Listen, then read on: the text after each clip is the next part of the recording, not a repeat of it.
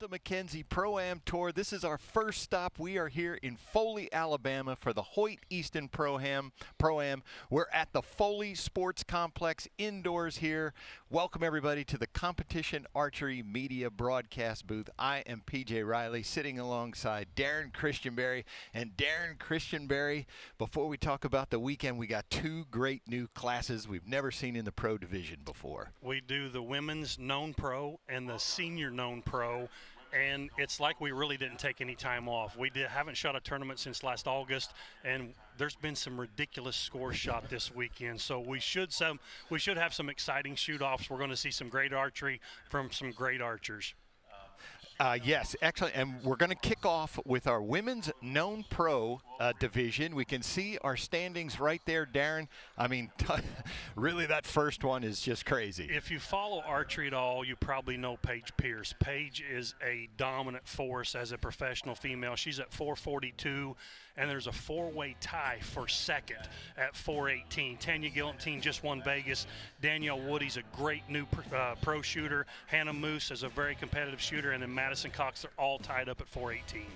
It is a great field. We are super excited. As we mentioned, this is a brand new pro class that we have not seen before. And Darren, for folks who are just coming in, tell them what we're doing here. We're shooting 5 targets. Each lady will stand in a box. They can call an upper 12 designated with an orange cone. If they set that orange cone out in front of them, they can call the upper 12. The low 12 is always in play, so they have a chance to shoot a 12 there, but they can also go for a 14 ring. If there's anyone tied with the leader or anyone within 10 points of the leader after those 5 additional arrows, the last chance archery, last shot will be the 6th and final arrow. They get one last chance to try to advance or win the tournament. That is great. We'll get, as we start into competition, we will get a close-up of these targets to show the scoring rings. But first, let's go over to our Nathan Brooks, third member of our team here, and he is going to bring out our shooters. All right, we're ready to get started this afternoon. A new division for the ASA. Women's Known Pro, your 5th place qualifier. Yes, tied for 4th. But your 5th place qualifier from McKee, Kentucky, shooting for Darton in her first year as a pro, Madison Cox.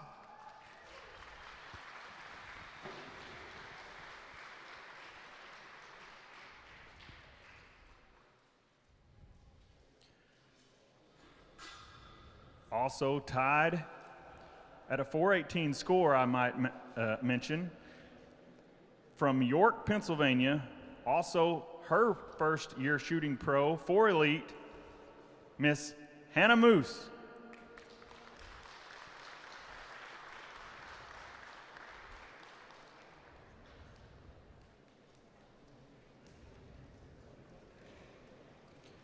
Also tied in 3rd place position, qualifying at a 418 score, from Elkton, Maryland, also her first year shooting pro for Elite, Danielle Woody.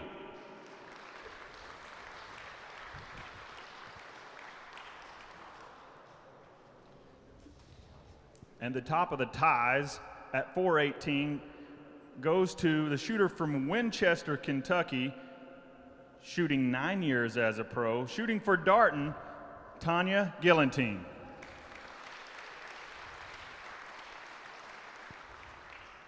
And your 1st place qualifier, who is not tied,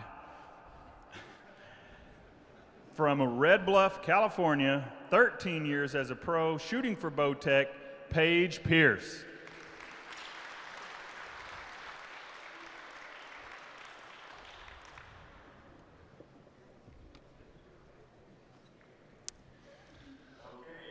All right, Darren, there is the field that it is set. We have 2 seasoned veterans out there and 3 first-timers. We do, and I'm really, I can't say surprised, but I'm really impressed with the score that Paige put up. 442, she shot 22 12s for qualifying. So that's a possible 44 up.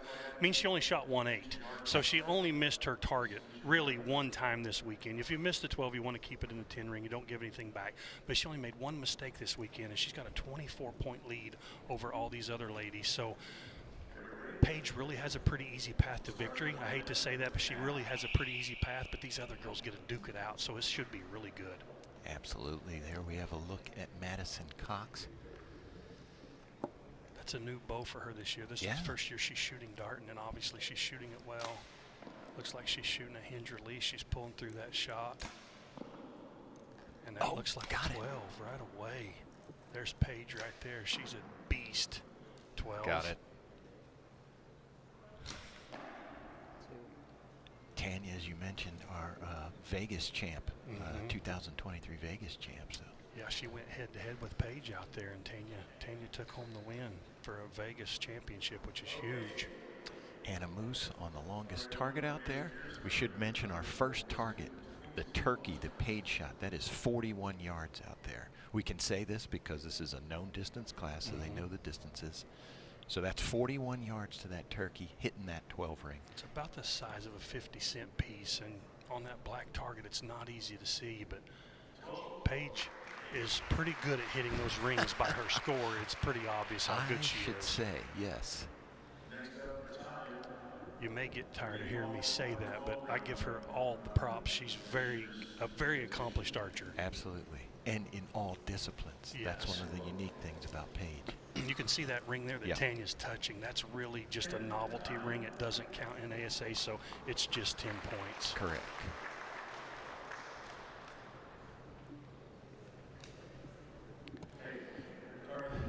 This should be Danielle here. Yeah, he went to the wrong target there. Danielle's touching that center ring as well, so it's just going to be 10 points, just above that 12. There we go. Looks like the black buck. That's a new target back for ASA this year too. We shot the black buck a few years ago, but it's back. It's a nasty little dude. It's not very big. It's easy to carry all the way to the end of a lane, so we're going to shoot it at long distance a lot, and it's already set at a long distance in here. And it is 49 yards is what it is. Anna Moose shooting that. 426, that should move her to. And for everyone listening right now, freaking out because we're talking about yardage, these numbers will all change for all the shooters after a while, so don't panic. Madison getting that 12 to start points. Things off. Good for her. 430, that's going to move her too. That's a good start. That coyote is 43 yards. That's not an easy 12 to get. No, that is not. So as we see there, Madison Cox separated herself into second. Hannah shot an 8, so she's going to drop down to 5th by herself right now. And it's interesting because, all right, Danielle Woody, 21. Hannah Moose, 22. Madison Cox, 21. Great to see these young ladies out here. We all talk about Paige and Tanya. They're not old, but they've been shooting a while. They're very experienced. They've been in a lot of high-pressure situations, so this is new for these young ladies, and it's really good to see them out there because they're shooting against some beasts right now. And they beat some good archers out there. Look at that. That's Madison pounding She that is 12. pounding. That's inside out. That should be a bonus point if you get in that 12 without touching the line. I think it should be like 13 points or something. She's got the mean face She now, does. but she was smiling there a minute ago. That's her. Hey, I'm all business right now. Fantastic shot for her Good right shot. there. Yes. Back-to-back 12s. So, all right, Darren, so you're new to this. This is your first time on the big stage. Come out, back-to-back 12s. What's that doing for you inside? Right now, she's got to be like, holy smokes, this is way easier than I thought it was going to be. It's not as easy as she's making it look right now, but good for her. So again, as you mentioned, that's a center 10. That ring doesn't count for bonus. And that's just for Paige, so that puts her to 454. She's still on cruise control. And as it stands right now, she had a 24-point lead, and we mentioned earlier, you have to be within 10 points of the leader to shoot the last chance archery final arrow, the last chance arrow. I highly doubt we get to that with this big point spread. Right. That was a 10 for That Danielle. was a Tanya. Or for Tanya, I'm sorry. Tanya, yep. So she's 438.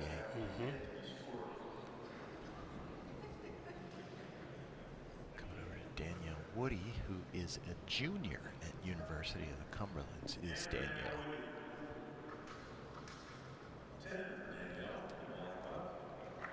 .438, if I'm not mistaken.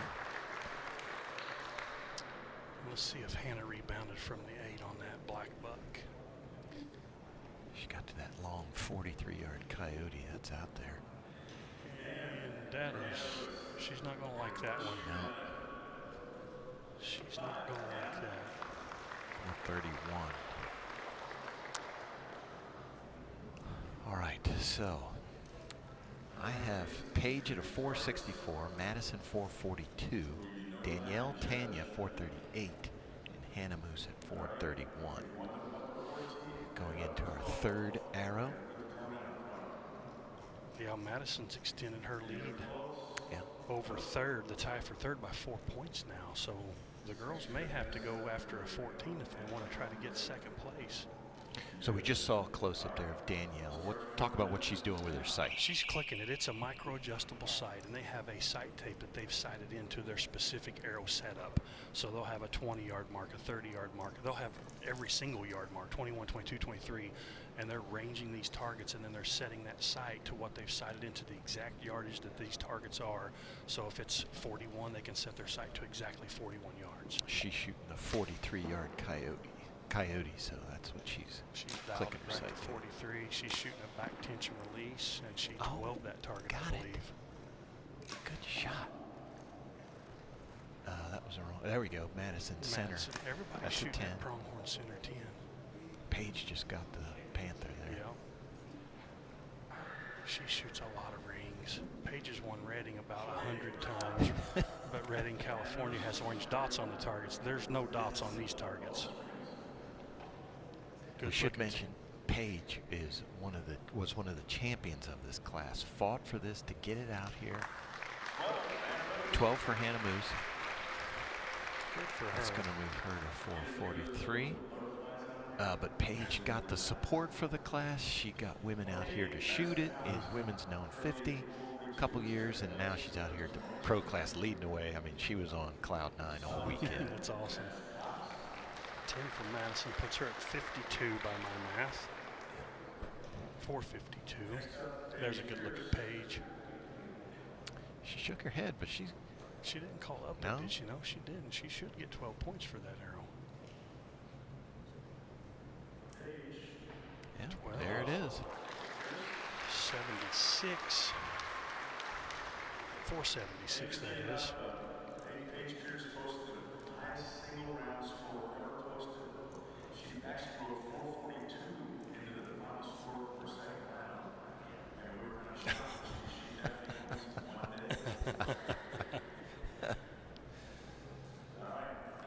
It's a center 10 for Tanya. Yeah.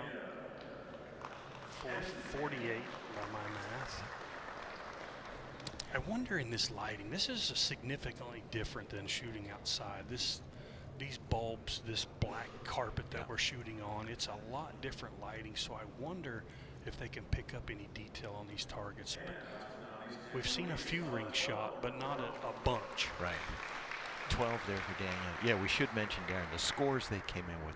They shot 2 rounds of 20 targets each outside over the past 2 days, Friday and Saturday. And you're fighting a foggy, misty weather yesterday morning, and then hot, sunny weather today with shadows and a little bit of a breeze. The wind was not a factor today at all, but just shooting these targets down dark lanes with shadows, it's not easy to pick off these rings like Paige did. These girls all shot great rounds to get here, but it's not as easy as they make it look sometimes. There's a good look at Paige. She did switch to a back tension, so she's got to release that. You can shoot as a back tension. She's just pulling consistently until it fires. Rotating, rotating, rotating, boom. She likes it. Oh. She won't like it when she glasses it, I don't think believe. so, yeah. Good look at Madison shooting the same style release, a back tension. Good arrow just over the 12. Hannah Moose is our last archer. There she is, full draw. Oh, she shot at the 14. All right, so that ring just to the left of her arrow, Yep. Darren. That's 14. Yep. That she's the first one we've seen First go to go for at it. it. Yeah, she's sitting in 5th, so she really has nothing to lose there. Oh, Danielle. Danielle had This arrow's gonna mix things up a little bit. Yeah, that is. We're gonna have some shakedown. That's close to that 8 line. We talked about the 10 and the 12. That lean there around the other score, that's an 8 ring. So if it's outside the 8, it'll be worth 5 points. Anywhere in the animal's worth 5. That might be touching that 8 line. I can't tell. All it has to do is touch it to get those points. She's got She got it. Okay. So she's at 458 if my math is right. Yep. She didn't like that shot. We should say Danielle was the women's known 45 shooter of the year last year, so she's an accomplished ASA archer. 8 for Hannah. She hit that 14, 451. Yes, sir. There's a look at Madison. She's going to have a 10 on this Panther. It's going to move her to a 462. 462 for Miss Madison. She shot well. She's got her business face. Well, Absolutely. there she smiled a There little we bit, go. but she's got her business face on out there. Opened up with a couple of 12s. That's not an easy thing to do, and she shot it like a champ. I know Madison's dad is here. I saw him yesterday out on the range. I saw her brother this weekend too. This is Paige. That's going to be, 8 for Paige. That's only her second blemish this weekend. So that's at 84.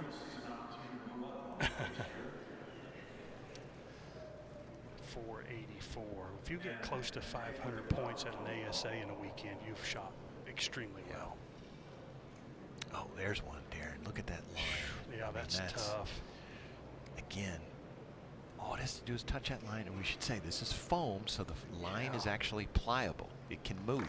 Yep, 12. 12 points for Tanya, 460. Right, so we do have So some this last arrow is big because we're not going to shoot the 6th arrow. Paige has too big of a lead, so there'll be no one within 10 points of the leader. But Madison's at 62 up right now. Tanya's at 60. Yep. So Danielle's at 58. She's going to have to shoot a 14 and hope these other girls make a mistake to get on the podium. Right. A lot of math going on right here.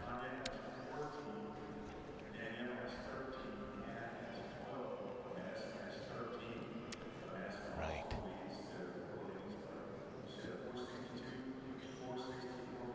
Mike's breaking down the scores with the 12 ring count because 12 bonus rings will break ties for 2nd, 3rd, 4th.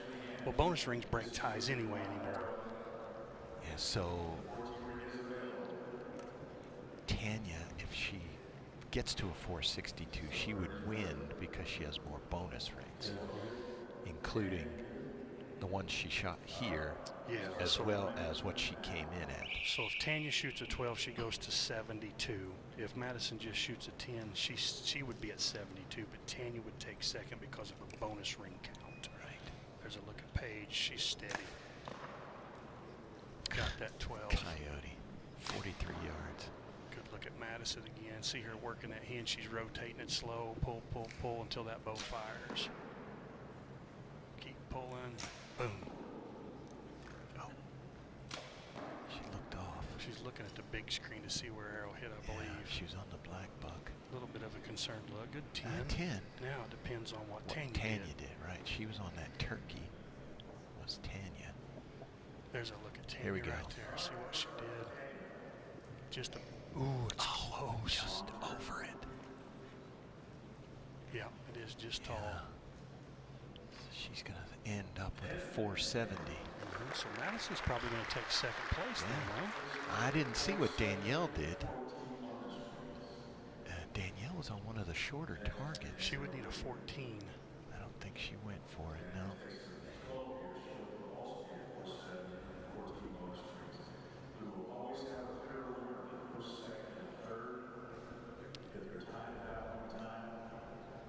this Danielle? This is Danielle. This is Danielle too. So that puts her at 70. Yeah. And 14.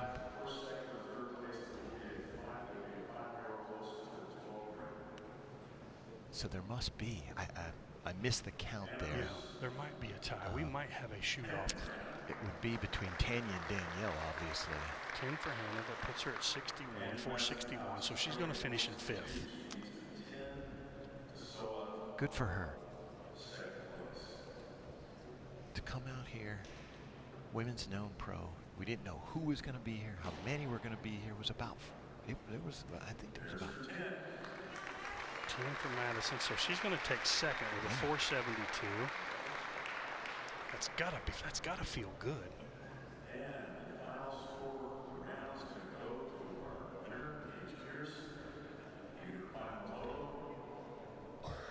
It's going to be a 496. 496 for Miss Page. Crazy. All right, so Mike's going to sort out the tie for us.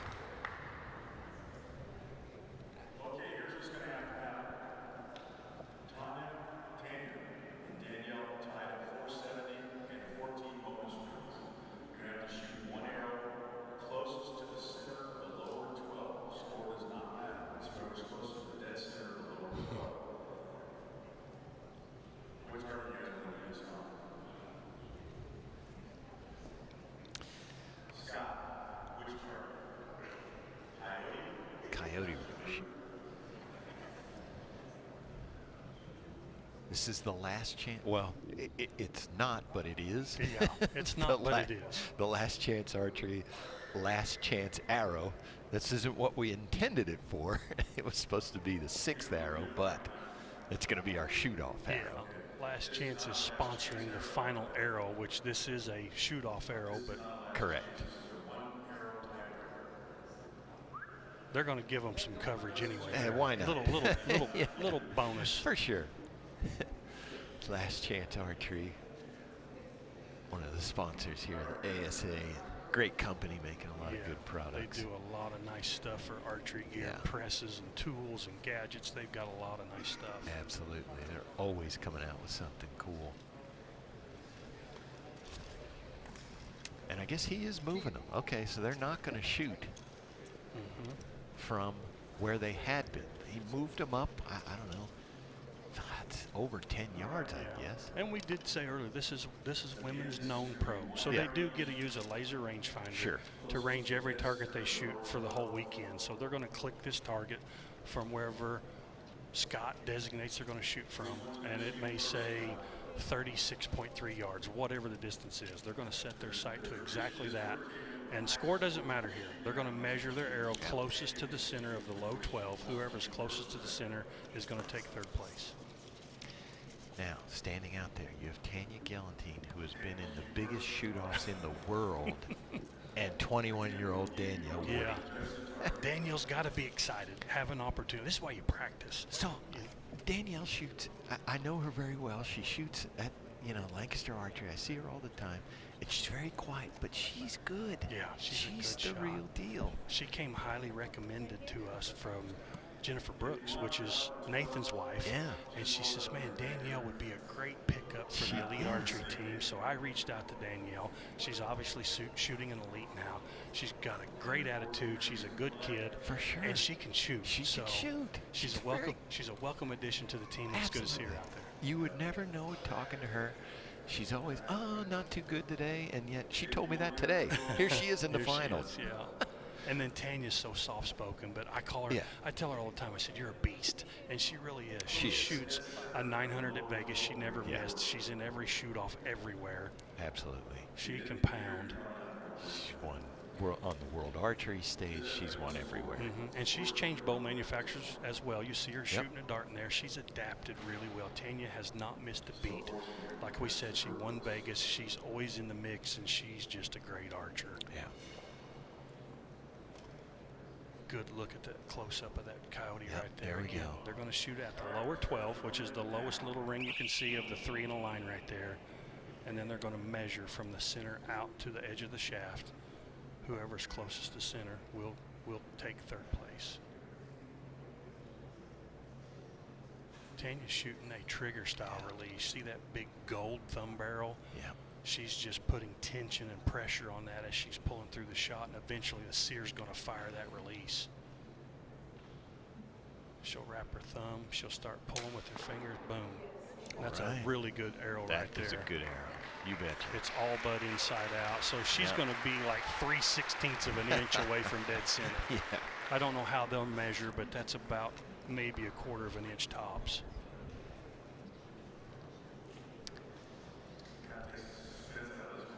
So there is room for Danielle, but not much. Danielle's going to have to pipe this one. Yeah. Not sure how they're measuring this, but I'm going to say it's no more than 1/4 inch from dead center. It's see how good I am at judging distance here. Oh, 1/8. 1/8 of an inch, we're told. Nice. 1/8. Even closer. Wow.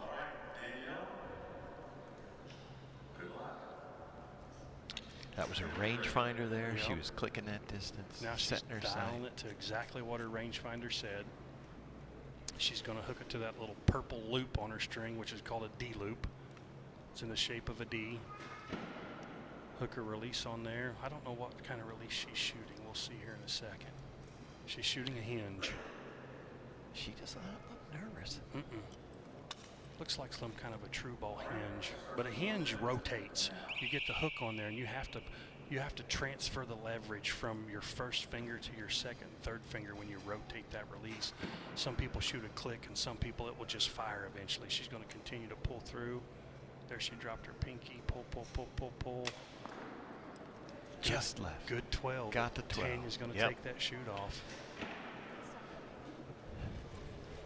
So that's going to put Danielle in 4th place. Good weekend for her. Yeah, that's awesome. This is good experience for these girls. They'll learn a lot from being out there, and the next time they won't be near as nervous as they were if they were this time. Yep.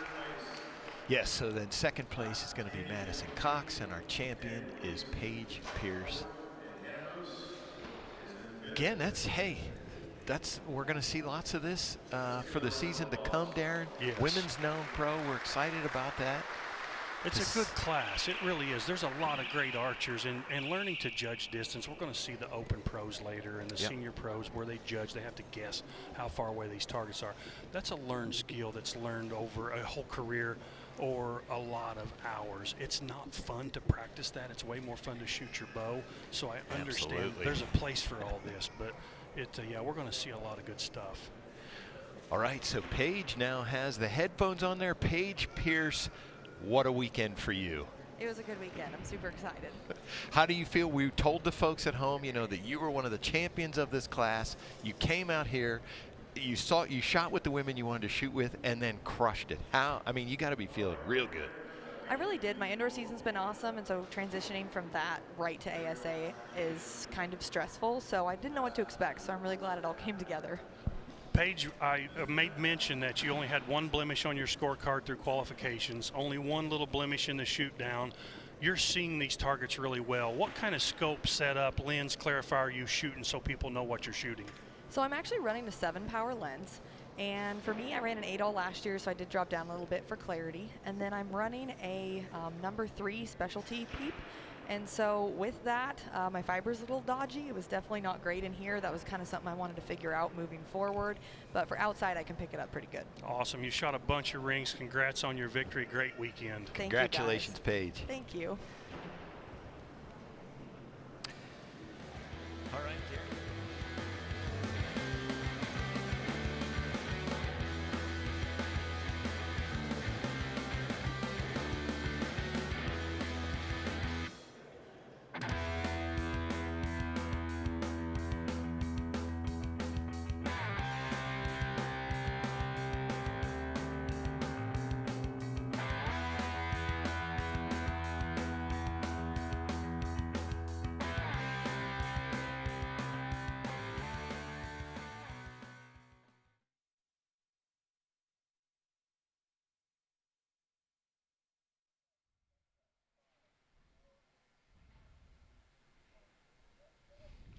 All right, Darren Christianberry, women's known pro. We just finished up there. Senior known pro is next.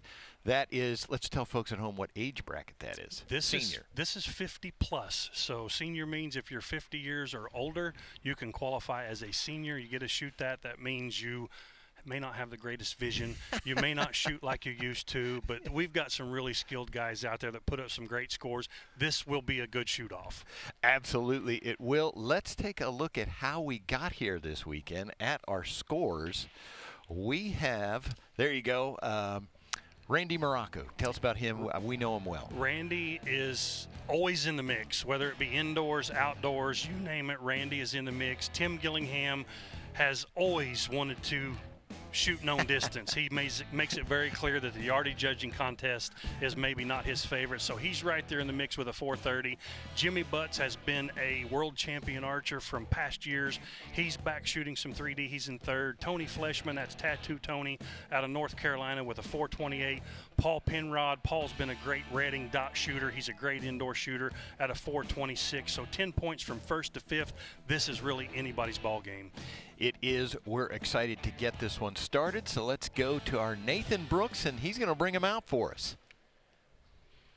All right, our next event this evening is going to be the senior known pro division, and starting with our 5th place qualifier from Moberly, Missouri, shooting for PSE, Paul Penrod.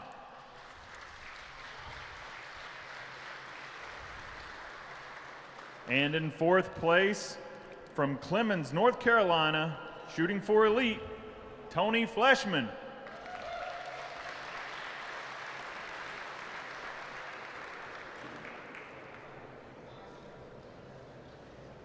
And your 3rd place qualifier from Pine Bluff, Arkansas, shooting for Darton, Jimmy Butts.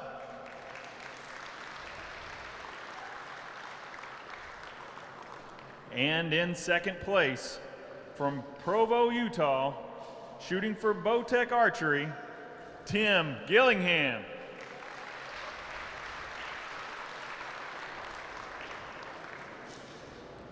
And your 1st place qualifier, from Austintown, Ohio, shooting for Matthews, Randy Morocco.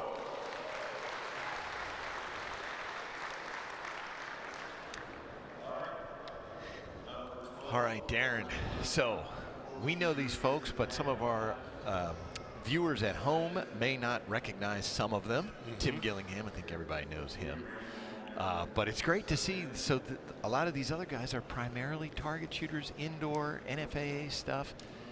But they found a home here in senior known pro. They found a home. Manufacturers threw some contingency dollars at it, and they said, okay, let's go win some money. So just to note, you saw Tony Fleshman, number 4, set out an orange cone. Tim Gillingham, number 2, set out an orange cone. We mentioned earlier, they are calling upper 12. So they're shooting at the upper 12 ring. If they happen to fall and hit that lower 12 ring, it's just 10 points. The lower one will now be out of play for those 2 guys on this particular target. There's a good look at Tony. Tony is a very talented tattoo artist, Tony Fleshman. So if you're into some tattoos, you might want to look up Tony's work. He's pretty good. He displays some of it proudly. I don't think that's his work on his arms, but he's a very talented tattoo guy. Good look at Tony. Keep pulling, buddy. Keep pulling through that shot. He's sticking with it. Oh. He shot way right on that one. Randy Good look at Morocco. Randy. I wonder what, did Gillingham go out to 14 right out of the gate? He had to have. Tim. He's a different kind of aggressive. He really is a different kind of aggressive. There's a good look at Tim and his stabilizers. Ooh, he's shot low. Now these are using rangefinders as well, so they know the distance. So we should see several bonus rings hit. So Randy's. He's going to get a 12. 48. Yes, that's a great start for Randy, and Tim shot an 8, so he backed up a little bit, so that's going to make Randy's lead now 10 points over Tim. Yeah, that's going to be. I'm sure he's not happy with that. No. Tim usually wears his emotions on his sleeve, so. I asked him on a scale of 1 to 10 how happy he was to be shooting known distance, and he says, it's not known distance. He said, this is archery. It's not a yardage judging contest anymore. It's not a anymore. yardage judging. Good 10 for Jimmy Butts.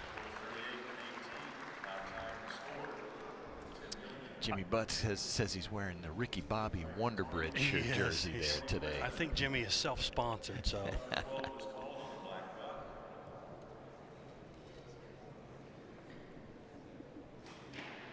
There he is. Tony's going to take a 5 on that one right there. 433 is what he's going to have now. I'm hoping we get a look at Jimmy's shirt again, because it is actually the one Ricky Bobby. I saw Dennett Racing in the corner there. That's the one that Dale, or not Dale, Dale There was he from is. Step Look at him. Brothers. Yeah, that's Dennett, he's got Powerade. That's the actual Ricky Bobby jersey. shake and bake. Good for him. Did Paul All right. call up, or he did? This He's is got Paul. his cone out, so he got He a did. 12. Puts him at a 438. So we have a 3-way tie for second now with Tim, Jimmy, and Paul. And Randy's got a 10-point lead now. So 448 down to 438. We just shook it up like that. Yeah, this will go back and forth. These guys will shoot at some 14s. Tim has no choice now but to shoot at 14s. He's going to the Black Panther. Gillingham is, so it's probably not there. There is a pretty good reference there. It may not be super easy to see. There's a good look at Randy. We said what a good shooter he is. He's a fantastic indoor shooter. He's always in the mix at Vegas and Indoor Nationals, Lancaster, and here he is leading with a 10-point lead, getting ready to shoot his second arrow. There's Mr. Penrod. He's shooting one of those PSE Dominator duos, I believe. Yes, sir. That is correct. Paul is one who did come up, senior known 50. He was shooting before he came into this class here. He's got a win. ASA win under his belt. Randy's his thumb going around that thumb barrel right there. He's going to add tension slowly to that till that release fires. There you go. Center 10 for Randy. 10. Good look at Paul. Looks like to be a back tension. He's shooting a hinge release. Yeah. Nice strong shot. It's going to be a good 10 for Paul. He won. So NFA has a shoot in Redding, California every year. Paul won 2 in a row. He lost it last year to Tim Gillingham. 16 seconds on the clock. We don't know if we noted each archer gets 1 minute to shoot these arrows, so they do have time to let down and regroup if things aren't quite right, but they only get 60 seconds. All right, Paul. He's got a 10. 448 for Paul.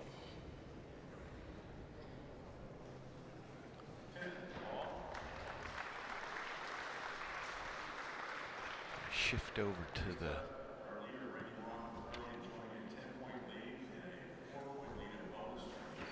.36-yard antelope. Randy's shooting at there. It's going to be a 10. 10 for Randy. 58 now for him, if my math is correct. There's a good look at Tim and his stabilizer setup. So he's got 4 30-inch stabilizers out there, does Tim Gillingham. I'm sure he's boiling inside to miss both those first 2 rings. He does That not was like that. just a hair to the right. 46 for Tim. I don't think he'll quit shooting at him though. No, he won't. Yep, a little perturbed there. Yeah, you can tell. He typically wears his emotions on his sleeves, but he's the most passionate guy you'll ever meet about Absolutely. this game, any archery game. Tim works harder than anybody. He really does. Okay, Jimmy Butts also called there for 12. It's a solid 10 though. Moves Jimmy to a 48. It's great to see Tony back after these years in the pro classes where he started out many years ago. See he's got his nerves under control now and see he's going to make his move. Let's see. 10 points for There's a Tony. 10 for Tony. All right, gentlemen. 43. So now we just have 2 guys tied at second place, 10 points behind Randy, and then Tim drops down to third with a 446. Or I'm sorry, Tim drops down to fourth. Yeah, Mike was talking about Tony out there. He was 2001 Shooter of the Year, semi-pro world champ, so he was the semi-pro Shooter of the Year, and then just drifted away from ASA for a while. But yeah, it's been. I knew Tony back then. That's how long I've been doing this stuff too. And Tony, we called him Tattoo Tony back in the day. Like you said, he just kind of went away for a while, but he's back. He shot the amateur division the last couple of years, and here he is in the senior known pro. There's Mr. Tim Gillingham. So folks see that stabilizer setup. They will not see that anywhere else. No, it's very unconventional. Very Tim Gillingham-esque. That's about, we've probably, if you've watched the broadcast before, I did some quick math. Now with the bar, not sure about his quick disconnects and stuff, but just in bars, he's got about $1,200 in just stabilizers right there. So that's probably a $1,500 setup if you were to go purchase everything he's got right there, just in stabilizers. He talks about, he says it just slows down the movement of his bow there. He did call upper. And he got that one, I believe. And he's broke the ice and got a ring. Yeah, that was a 49-yard black buck too. So that's our longest target. Jimmy's working his clock a little bit. He's 26, 25, 24, and he's just now hooking his release on. So he did take a peek at the clock. Plenty of time to make a shot.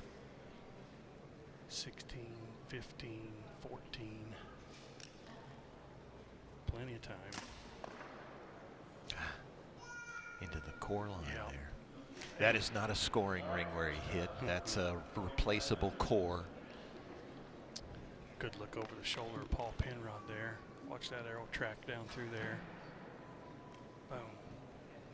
Just over the upper. off. He might have clipped the 10 ring on that. First up, we got Tony with an 8. Shot an 8.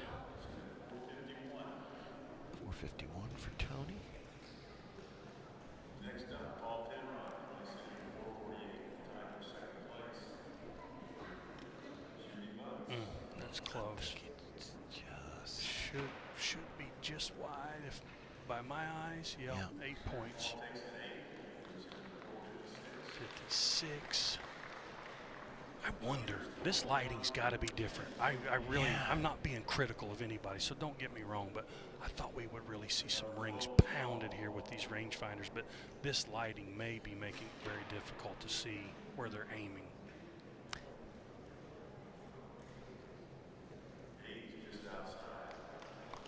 Is that for that was Randy. Randy? Yeah. So a little hiccup for Randy. For 66. Yeah, I mean, that lighting as you're talking about, and we are talking about seniors. We know one of the things that goes is your eyesight. Yeah. Just not quite as sharp as those young ladies we had out here. 12 points for Tim. There he broke the ice. That puts him at a 58. So Tim might have. Yeah, depending on what Jimmy did Yeah, here. I think Jimmy shot an 8 on the Coyote, so Tim's going to jump back into second place. Yeah. So All right. 56. I would say with Tim being over to the Coyote now, he's calling upper. I think he could see that pretty well. I wonder, how far is the Coyote? Is it 43? Is that what we said? Yep, that is 43 yards. I wonder, with him being 8 points behind Randy still, if he won't shoot at the 14. Unless he's trying. Tim, he typically doesn't try to protect the podium spot. He doesn't really care about second or third. So I would think, I don't know. We'll see. He's typically a different kind of aggressive, and if he can see it, he believes he can hit it. He has called upper. That may be just a backup plan. And hey, if I don't like the way my pin's sitting at the 14, I may move over and shoot the upper 12. I've seen that happen before. He's checking the scoreboard there, doing some math. Looking at himself.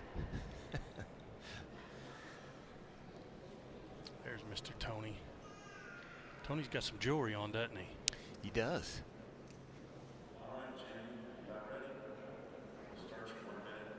I asked him today if he'd give me a Robin Hood tattoo, and he said, I'll do it. Good look at Tim and his setup. Let's see if he goes for that 14. He's a command shooter. When that pin gets where he wants it, he'll touch that release off. He shot at the upper 12 and hit a little low right. Yeah. There's a good look at Tony. He's shooting a tension release. Pull, pull, pull. Keep pulling, buddy. Boom. Now, he went into 14. He did. Just not landing where he's wanting him to. No. This is the 4th arrow, so we're going to have a 5th and 6th arrow, I believe. Depends on what Randy does. So this is Jimmy. Jimmy. 10 Takes points for 10. Jimmy. 66. Tony is up next.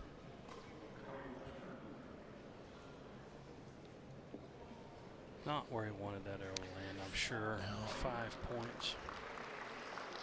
That's a 56 for Tony now. Looks like Paul tried for that 14 and just hit underneath it. Oh, Oh, no, he smoked it. didn't. Excuse me. He smoked it. Yeah, he did. Boom. That puts him at a 70. So now Paul's going to jump into 2nd place. This is a little back and forth now. Yeah.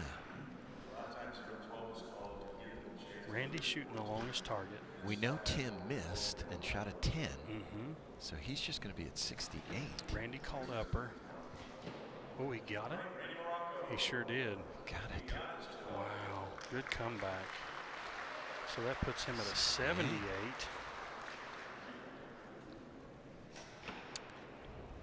Tim's going to end up. He just does not look happy today. A 10. Shaking his head. 68. So back to a 8-point lead over Paul, 10-point lead over Tim, and a 12-point lead over Jimmy. So right now it would be just Randy and Paul in a final arrow, but we still have one more regulation arrow to go.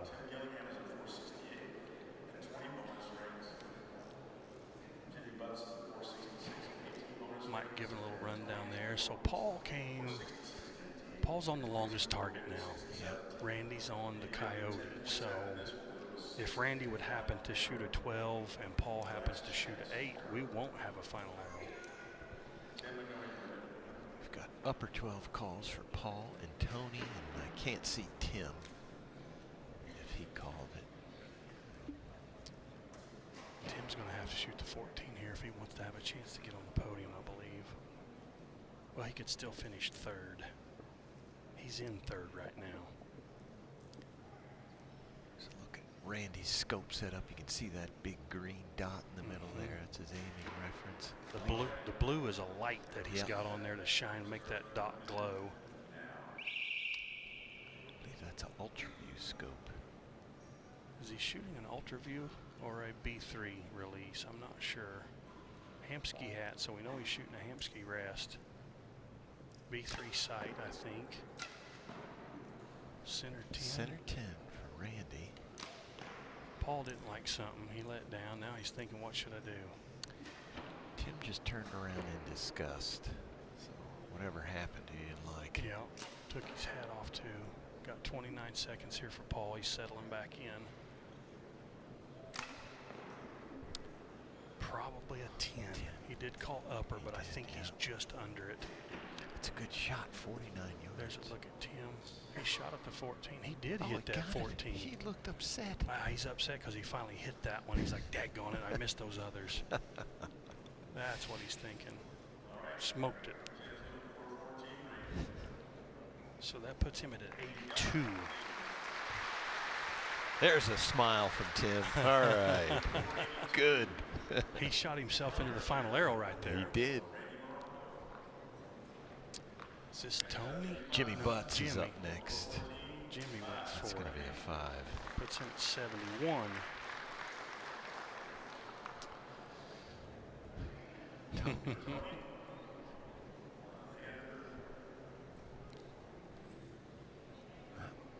Not going to like that one either, is he? Good weekend, made the shoot Sure. off. Heck yeah. Shake those nerves out, puts him at a 461 for the weekend. He's going to finish in 5th. Paul, I think, got a 10 here. I believe so. And if it is a 10, then Tim leaped over him into second Yeah, place. it's got to be under that ring, I'd say. Yep, it is. It is 10. 480. 80. So Tim will get to shoot second. Looks like Paul's going to shoot first. Tim will shoot second. Randy will be the leader and get the final arrow. And that is our last chance archery, last Yes. chance arrow. Puts him at an 88. 88. Now the field is set. All right. So Tony finishes in 5th with a 461. Jimmy will be 4th with a 71. Paul's going to shoot first with a 480. Tim will shoot second with a 482. Randy will get the last chance, last arrow with a 488.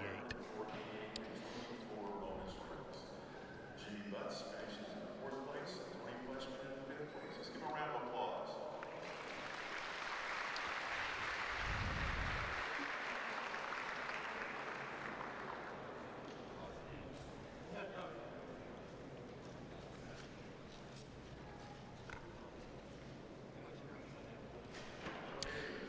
All right, so Darren, they may go to an existing target, which it looks like that's what they're going to do. Yeah, looks like they're going to the pronghorn, Yeah. which is another new target. Not a new target for ASA. We used to shoot Right. this target years ago. Each year they take out 2 targets. They bring two new targets back. The pronghorn, the antelope that we're looking at right there where they're moving that sign, that's one of the new targets for 23. And then the black buck that you've seen multiple times, the black and white animal downrange, is the second new target. So there is the 6th and final last chance archery, last chance arrow, which we will shoot. And like we said, Paul will shoot first, Tim will shoot second, Randy will know what he has to do, and he'll get the final arrow. If there ends up being a tie, it will be broken by bonus rings. So if there's a tie on score and bonus rings, that's when they'll have another final arrow, but it'll be done and decided by closest to center, not score. This antelope, I know archers like this one because it's got that nice angled white area right in the middle of the scoring ring, so you can see exactly where that 10, where the center 10 is, and then gauge for your 12s off of that, assuming you can't see them. Yeah, and You that- have a good reference. And the brown on that target is actually the color of the foam. So the white is actually paint. So once the arrows hit that white paint, it creates kind of a brown spot, black spot. Yeah. So when they start pounding those 12s, it really makes a good reference spot on where to aim. So it's not a bad target to add, and it's fairly good size. I did shoot one this weekend for about 50 yards thinking there's no way I'm going to go low, and I still went low. It was a bomb. Yes, so interestingly, we should talk about that. Normally, 50 yards is the max that these folks are shooting. However, there's a little wiggle room A little there variance. that can get to 51, and I heard several archers say they think there were a couple 51s out there this weekend. Yeah. Keith Alstrom, who shoots in your division, told me. He said he set his sight at 51 and hit a little low. Yeah. I shot a couple that looked like I shot them for 51 that weren't 51 too. They were a little high, so it goes both ways out there. So here we go with Paul. So that means he's going to shoot at a 14. This is not very far. I don't know what it is, but it's got to be. I don't know. He moved them up. They like moved. Yeah, they maybe moved. 5 yards. Okay, and it was 36 to begin with, so we're looking at 31 or 32 yards. So they will shoot this 14 ring. There you go. Did you get it? That looked like it was there to me. Maybe left side. Can't tell with that camera angle, but it looks close. like it's there. He's going. Oh yeah. Yeah. There you go. Yeah. He's going to force Tim to go at it now. Yes. So that puts Paul at a 94. All right. 5 my Tyrell calls. So Tim has no choice. Yep. What's going to happen though? If Tim hits it, moves him to a 96, he will pass Paul. Randy's at an 88, so he would just need a 10 to move him to a 98. So Randy's job is really pretty easy at this point. Tim has to hit this 14 to take second. And then hope for some kind of miracle if he were to win. But Randy's job would be pretty easy at this point, I think. It's never easy, but 31 or 32 yards and just have to hit a 10, that's not a real high stress shot.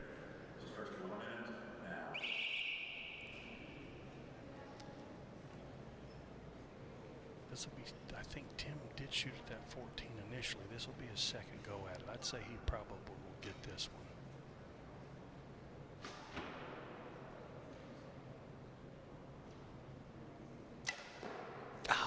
Nope. Or did he? Oh, he did. He gave it the onion. Again, he reacted. They call it. Like he missed it. He gave it some English and absolutely donuted it. 14.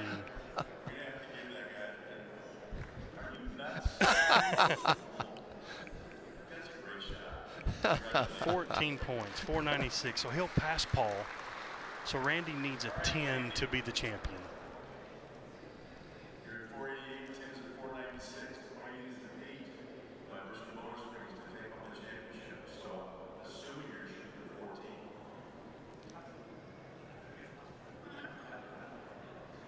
Not so much. All right, my friend. Are you about ready? The page starts your 1 minute now.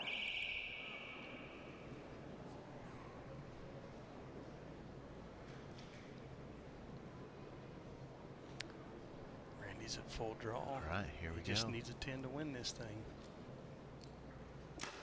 Boom. There we Center go. 10. That's all he needed. 498 points. Good for Randy. He's fired up. At 10, our champion, Randy Morocco. Second place, Tim Gilligan. Third place, Paul Penrod. First winner of the new senior known pro division. Good That's for awesome. him. Randy's a good guy too. I like to see good things happen to good Absolutely. people. Such a polite man, such a great competitor. Yes, sir.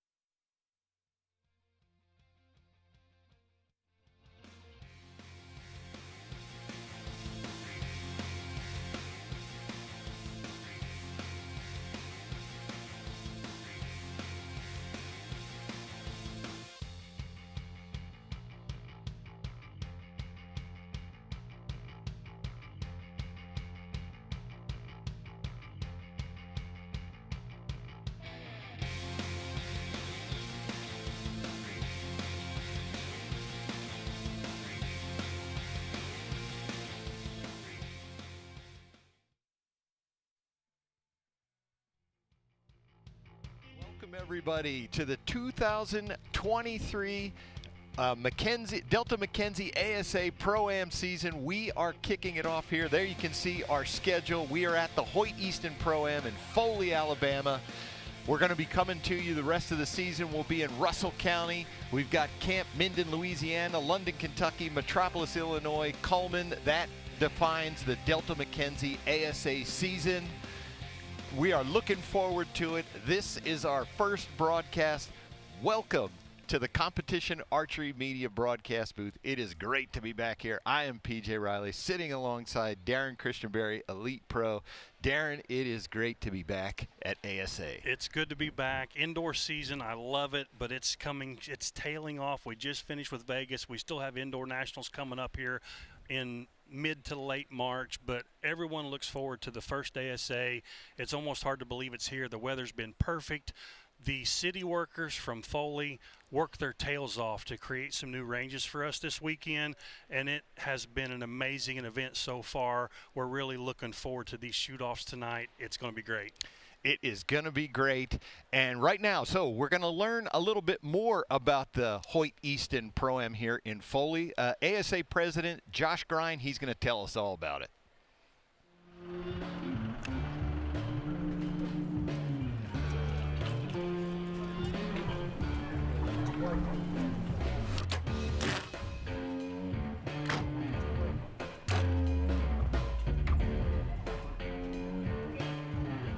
We're at the Graham Creek Nature Preserve in Foley, Alabama for the Hoyt Easton Pro-Am, which kicks off our 2023 Delta McKenzie ASA season.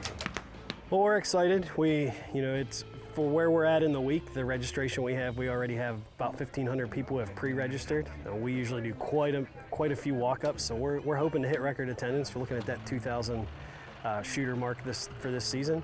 The big thing is we've got the zebra bowstring team shoot that takes place, and we already have 400 people registered for that event, which is an awesome event where the pros are split up and they shoot with amateurs and they compete for a little cash money. Everybody can buy dinner that night. So really excited that more people are coming out for that. Yeah, I'm gonna say it's probably it. As far as new things for 2023 in Foley, we are going to kick off our 2 new classes. So we've got our senior known pro class and our women's known pro class, and we're excited to welcome both of them to the pro classes. They'll be shooting out here the same times as the other 4 pro classes. On the women's side, we've seen Paige Pierce is here, Tanya Gillantine is here. We have quite a few of the more traditional target shooters that are coming out to shoot the known class. The senior side, we've seen some people jump over. We knew Tim Gillingham last year, who dominated in the senior pro class and did very well there.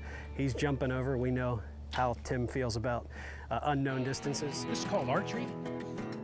Tell us about it. Well, it's where you get what you get. Tim's excited to go over and try the known side and see how he fares there. So it just opens the door for more people that are maybe spend a good part of the year shooting targets. They can come here and still play this game and be a part of this community. We're excited to have them here.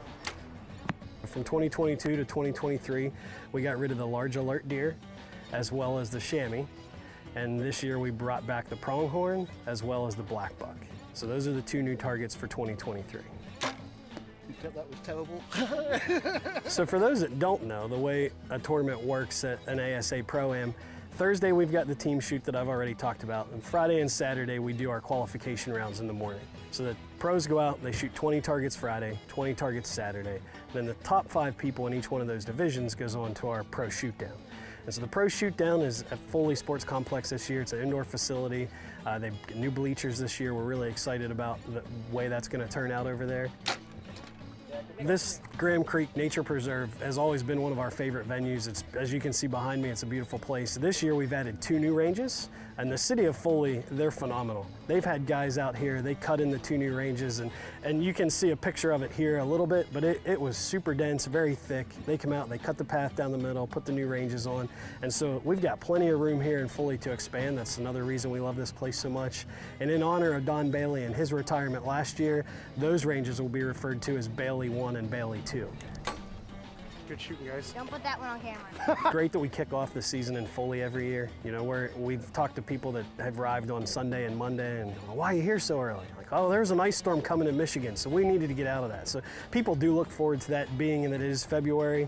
It's a little overcast today, but we're expecting 70 to 80 degrees and sunshine all week. So for Foley, the city, they just welcome us in and they open up their restaurants. And being a vacation town in the summer, it's a great place for families to come in February because they get out of the cold, they can come down, have a little vacation, and we see a lot of that. A lot of shooters that were sneaking in on Monday and Tuesday. Hey, can we practice yet? Because they came down Friday or Saturday, brought the whole family, do a little vacation, and then get out here. And Foley is just always the best because it's been August since the Classic. And the ASAs, we've talked about it before, being a very family-focused competition. People bring their families to see their archery family and their ASA family. So there's always a lot of excitement around Foley.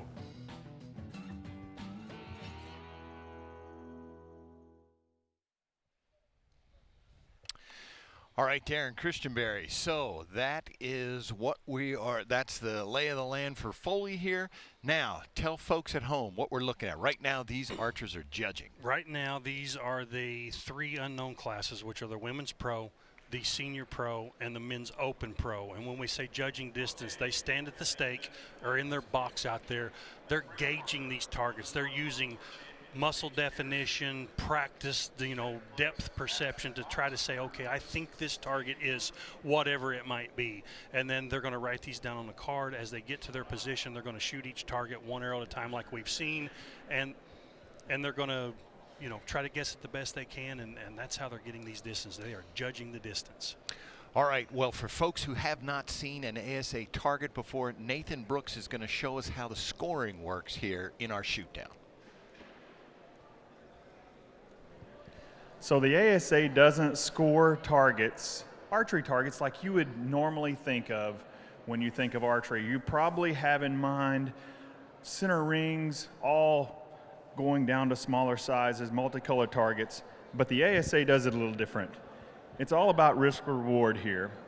So the archers will get 5 points if they hit the target anywhere in the animal.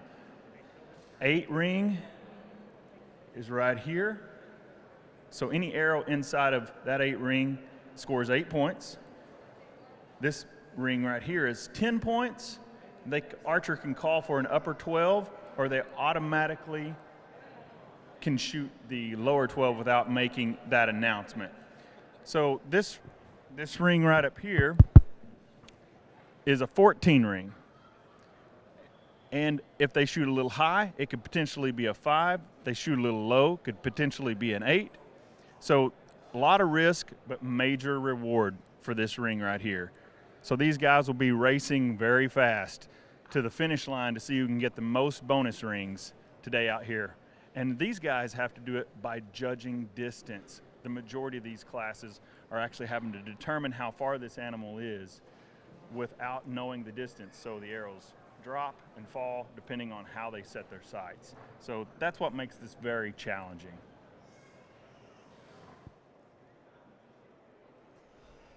All right, there you have it, Darren. And when we come back, we're going to start off with Women's Open Pro. Don't go anywhere, folks. We'll be right back here, Foley, Alabama, for the Hoyt Easton Pro-Am.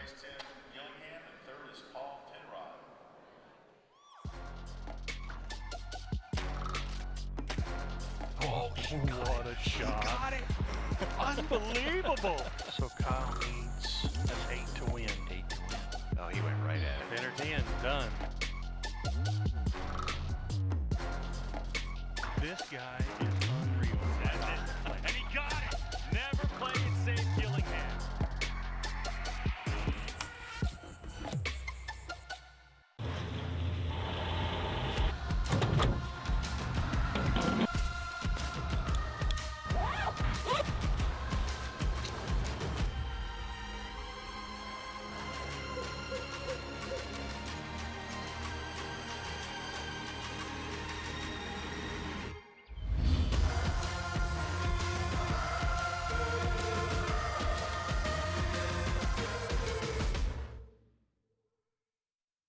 Bow hunter Vinny LaSelva explains why he shops at LancasterArchery.com. I'm a patient man in the woods, but when it comes to shopping online, not so much. That's why I choose Lancaster Archery Supply. They make it easy to order all my archery gear, with thousands of the newest and finest products right at your fingertips, ready to ship to your front door.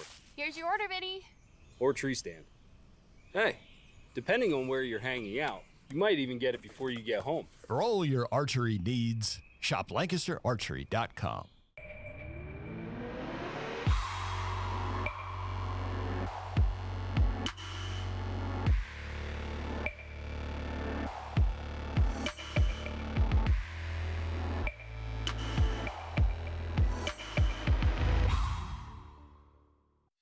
The #1 #1 qualifier in the women's shootdown, Sharon Wallace. Your first place qualifier, Jeff Rainey. Your #1 qualifier, Miss Cara Kelly. Mr. Levi Morgan. That's Mr. McCarthy.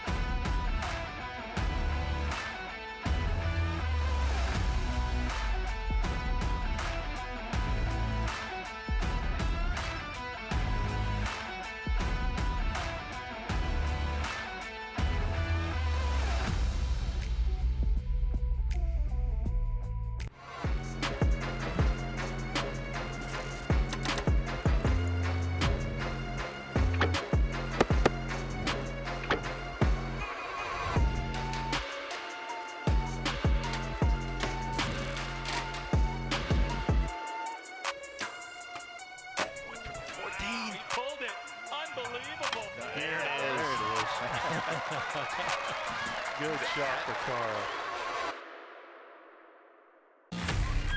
Yeah. Elite is the world's most advanced and accurate archery experience. We challenge you to go to your local retailer and ask for Elite to demo the Omnia today. CBE, that's custom bow equipment. I'm talking about field tested, podium proven, Wow, what a match. premium archery accessories. Check out the full line at custombowequipment.com.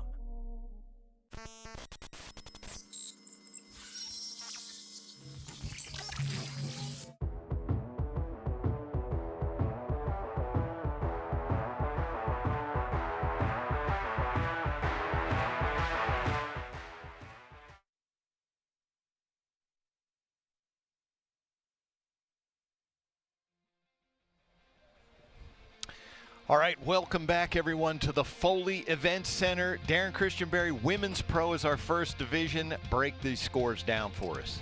As we've talked before, we shoot 40 arrows in qualification, so if you shoot 40 10s, that's 400 points. As you can tell by the scores, we shot extremely tough ranges this weekend. We shared a course with the Women's Pro, so I know what they went through. Sharon's at a 399, which is 1 down. Aaron's at 390, which is 10 down. Kaylee 390, Cara 390, then Emily at 389. That's 5 heavy hitters. This should be a really good shoot down. Absolutely. We can't wait to get this one started. So Nathan Brooks is going to bring out our archers. Oh, we're judging distance here. So, all right, so we'll shift gears a little bit. We're still judging distance. Nathan Brooks, as we mentioned, this is an unknown class, so these folks have to figure out. Now, we were shooting earlier, and we knew the distances, and we said the distances. They have moved the targets. We want to make sure, folks who were watching earlier, that is clear that they have moved them. It is not the distances we said. Yep, everything has been changed up. The black buck's way closer, coyotes way further. So yeah, we've got new distances. If you were watching the previous broadcast trying to get your numbers, don't shoot those numbers. Absolutely. And as you mentioned, those tough courses, 400 would have been par, as we would call it. So they shot down, which just tells you how difficult these ladies were having on these courses. And we mentioned earlier the city employees went in and cut these ranges new. And I mean cut them new. They cut them new. So they worked their butts off. We shot really tough ranges. The scores are the result of that. So here we go. All right, so now we are ready to bring out our archers, and we're going to go to the third member of our team, Nathan Brooks. All right, let's get the events rolling here this afternoon. In the Women's Unknown Pro Division, your 5th place qualifier from Wazeeka, Wisconsin, shooting for Matthews, Emily McCarthy.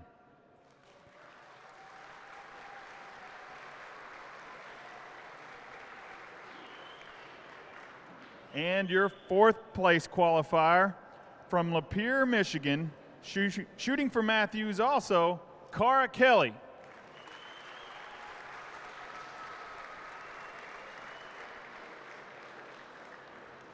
Your third place qualifier from Dublin, Georgia, shooting for Matthews, Kaylee Pettifer.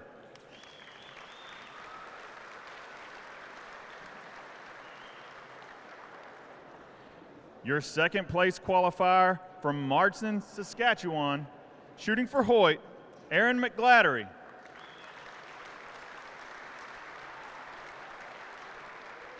And your first place qualifier from Townville, South Carolina, shooting for PSE, Miss Sharon Wallace.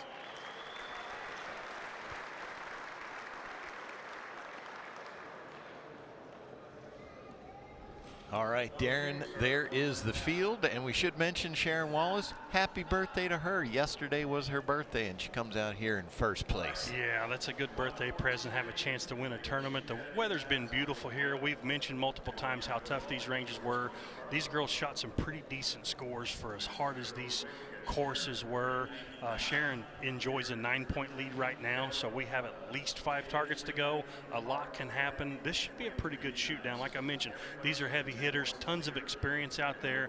These girls aren't nervous. They're just going to get a game plan, try to execute, see what happens. So everybody's ready? We'll start your 1 minute now. There's a good look at Cara. She is so steady. You can watch her bar here. If I know Cara, that thing's just going to sit so nice and steady. She executes so well. Good archer right there. Boom. Nothing wrong with that. Shooting a black buck there. Again, center 10, and she did not know the distance to that target. So you can see we've had a couple of shoot downs already here. That was before this broadcast, so they've flipped these targets around to shoot the clean side. There's no arrow holes for these girls to go off of right now. All right, here's Sharon Wallace. Just left. 409 for Miss Sharon, birthday girl. Aaron McGladdery is, you heard the introduction, Marsden, Saskatchewan. I mean, she is from the far north, in the middle of prairies. I mean, this is about as different as it can be for her. She came down a little early to get used to looking at things that weren't covered in snow. They measure the snow they get up there by the feet that they get. Or meters. I think, is it meters? Is it metric? Yeah, it's probably by the meters up there where she's at in Saskatchewan. This is Kaylee. Regular watchers will notice that it says Kaylee Pettifer. She got married. That is Kaylee Johnston.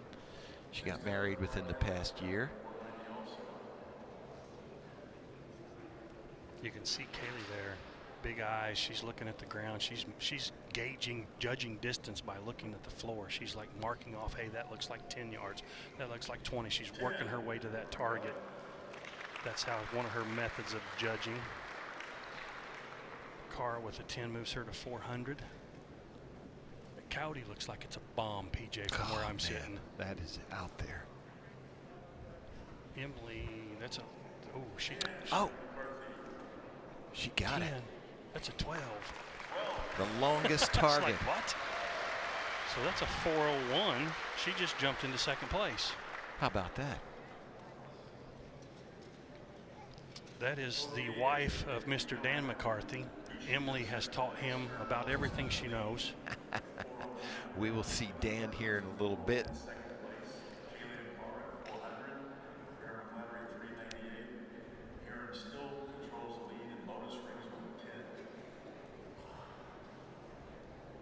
Aaron hit some 12s this weekend, 25% of them. Gave some points back though. I talked to her briefly on the range today. I said, are you still hanging in there? And you could just see the frustration in her eyes. I said, trust me, I get it. I get it. I gave up some points as well. It was easy to do this weekend. There's a good look at Sharon. Good strong shot. She's a good steady aimer. Great yardage judger. See her wrapping her thumb around that button. Now she's going to pull, pull, pull. Aiming steady the whole time, and boom, the shot breaks.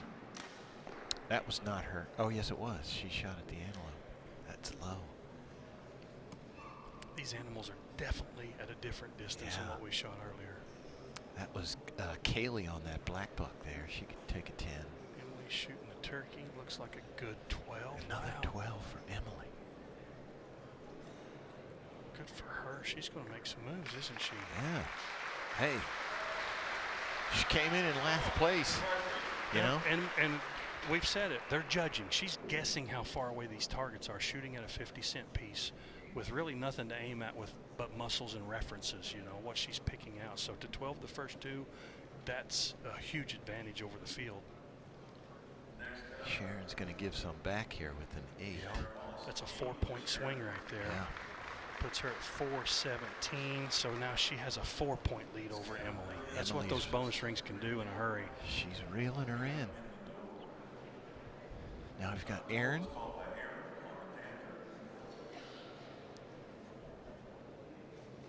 So to your point about judging distance, she called upper, and you can see she's actually underneath the 10 ring, so she was off by a couple yards Yeah, there. she missed that one by a little bit, an 8, so it put her at a 406.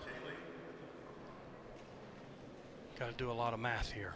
Judging, typically you'll get a wider range of scores because they're guessing than the known guys and gals because they know exactly how far they are, so we might have to do some tricky math at times. 10 point for Kaylee puts her to 410.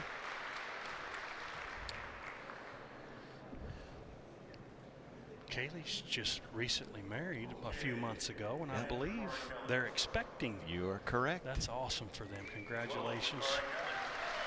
Cara 12 said, for Cara. I'm going to join the party with a 12. Puts her right there in 3rd place. We still have at least 3 arrows to go. Again, if anybody was within 10 points of the leader, they'll get to shoot the Last Chance Archery's last chance arrow, which will be the 6th and potentially final arrow. Good look at Emily. See if she can go for 3 in a row here. Emily's shooting a back tension release as well. A lot of target archers shoot a hinge or a back tension style release.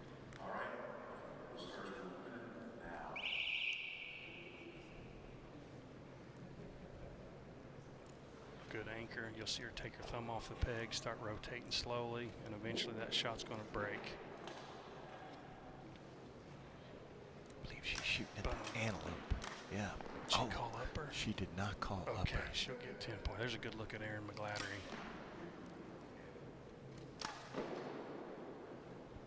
Just to the right. Nothing wrong with that. No.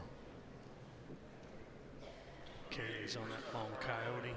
So this should be Cara first here at this turkey. Good look at Cara's arrow flight there. 10 there for Cara. 10 points. 422 for Cara. That's Scott Parrott holding our scorecards there. He's our range official. I asked Scott earlier, I said, how many Pro-Ams have we shot this year, Scott? He said, well, this is the first one. I said, well, then why in the world was it so hard? It was tough. All these people coming from snow and ice that haven't been able to get outside and practice. He didn't seem to be too worried that I was concerned by that. He generally isn't. No. Scott has a very dry sense of humor. 10 for Emily moved her to 423, and Yep. this is Sharon, if I'm not mistaken. That's a 10 there for Sharon. 10 for Sharon Wallace. 427.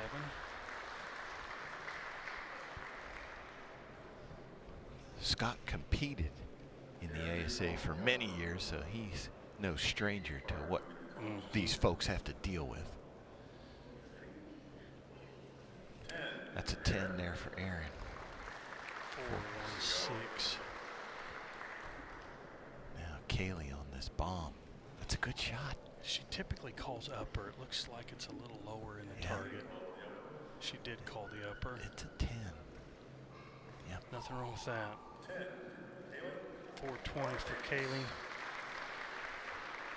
Typically would never complain about a 10, typically. And it's really important out here to not back up. You really need to hit some bonus rings to make moves, but when you shoot 8s and 5s, gosh, it just deteriorates your score so quickly, and you don't have enough arrows to really make up a lot of ground. So it's important to try to keep them in the 10 ring out here, and sometimes it's not easy, especially judging. Well, you even saw it. It's not easy when you know the distance, you know. We've seen a lot of folks with rangefinders so far, and we'll see the known pros later with rangefinders. It's not always easy to hit them even when you know the distance. There's Carr again. So steady, such a good shot. From Lapeer, Michigan. She was able to, with our weird weather this year, she said she was able to shoot outside at home a bit. Usually she's buried in snow. Not this year. She shot a good arrow on that pronghorn, just a hair right of that 12, but that's a good shot. She's looking back at her husband for some coaching there. I know Jason's down here. There's Nurse Kaylee. I believe she's still nursing. Do you know if she is still in? She is, yes. Full-time nurse. 430 for Kaylee.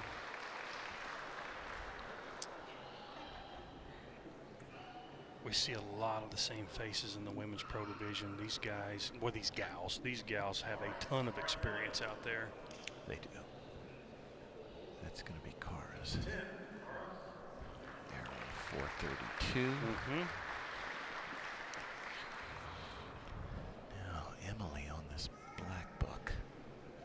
Excuse me, Emily's on the Panther. Shoots a good strong shot. Oh, 3. Is that 3? No, she missed the last one. 3 out of 4. Yeah, 3 out of 4. 3. 435. So what does Sharon do here?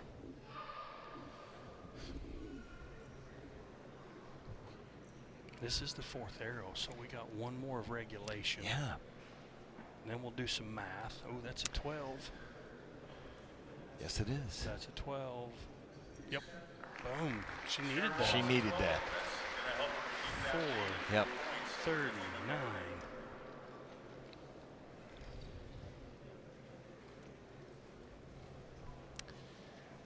Aaron had the longest target, the Coyote. Looks like a center 10, yep.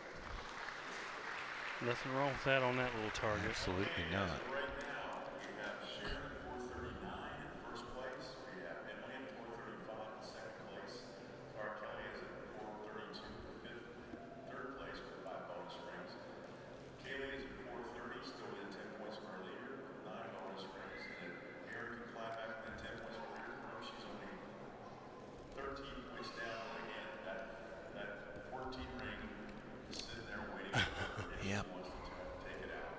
Aaron's 13 points behind Sharon right now, and you have to be within 10 of the leader to make the last chance arrow, which would be arrow number 6. So big decision for her.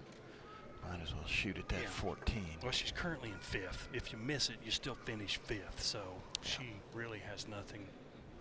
She has nothing to lose here and everything to gain by going for the 14.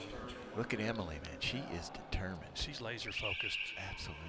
This is for 80% of the 12s. This is for 4 out of the 5 right here. Work, work, work. She's shooting a good, steady, strong shot. Oh, just under it. Sharon was on the long one. Center 10 for Sharon. Okay, Sharon so there's a 2-point swing. Mm-hmm.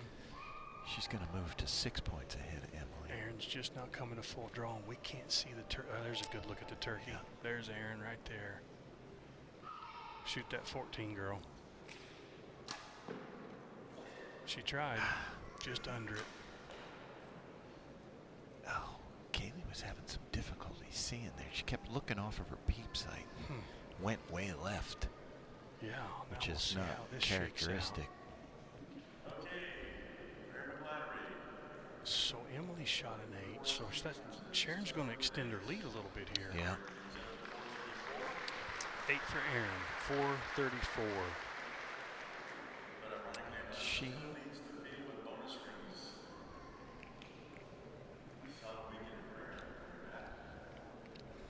Yeah, that's uncharacteristic for Kaylee. She was struggling with something there. She was.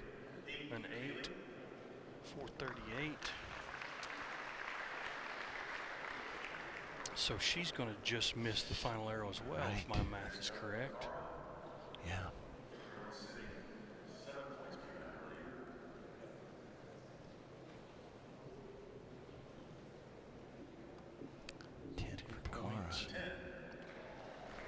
442.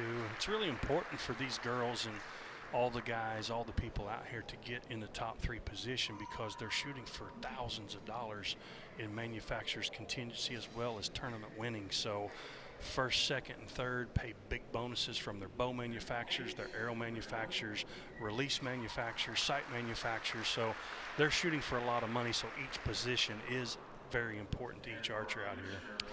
It can be, for some of these ladies, it can be, you know, $10,000, $12,000 weekend. Yeah, it's big. All right, let's see, we got still in 10 points for that final arrow. Sharon Wallace at 449 in first place. Second place is Emily McCarthy at 443 with 9 bonus rings to Sharon's 9 bonus rings. Cara Kelly is at 442. Yeah, 3 ladies. Emily with 5 bonus rings. And then in fourth place is Kaylee Pettifer at 438. And in fifth place, Mike is setting the field to the crowd here, but we will see 3 people, 3 ladies shoot the last chance 6th and final arrow. You can see that crowd behind the ladies. We got new bleachers this year from the city of Foley, which is pretty cool. It really makes it better for the spectators. It does. Yeah. Yeah, they can see in here. It's a good crowd. And well, we should mention, you know, we heard Josh Grind mention in the opening, we had record attendance this weekend, 2,019 archers. That's awesome. This is the last chance archery, last chance arrow for the 6th and final arrow. Yep, and they are bringing out a new target for it. This is the large deer. Large deer hill. There's so many deer. This is the large HD. Large HD. High definition. The large HD deer from Delta McKenzie. That's a big deer target too. So now let's talk, because we're judging here. So they brought out a new target. Scott may or may not. Looks like he's going to move him to a different spot. So they get Scott a minute to judge, I believe. He's got a distance in mind, like, okay, this is what I want these ladies to shoot at. So you saw Scott using a rangefinder to set the stake. Okay, boom, this is where you ladies are going to judge. I'm going to give you a minute. And then it looks like Cara's going to shoot first, Emily's going to shoot second, and then Sharon will be, since she's the leader, she's going to get the final shot to see what she needs to do to win. But she currently has a 6-point lead over Emily. So 14s are going to have to be shot, and then hope Sharon makes a mistake if either one of these girls want a chance to win. But the podium's been set. There's your top 3 right there. So we know he moved him up about.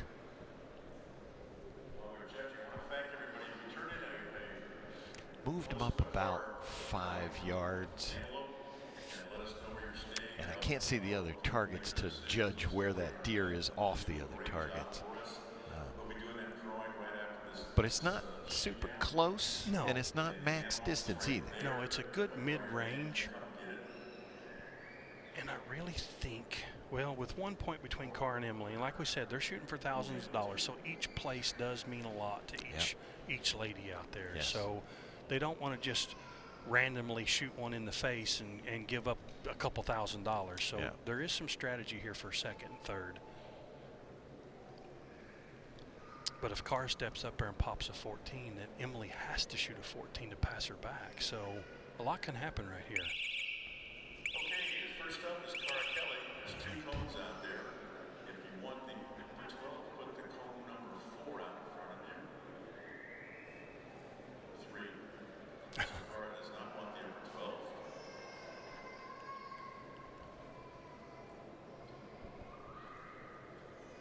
Sharon's looking at the scores, figuring out Now, what she's got to do.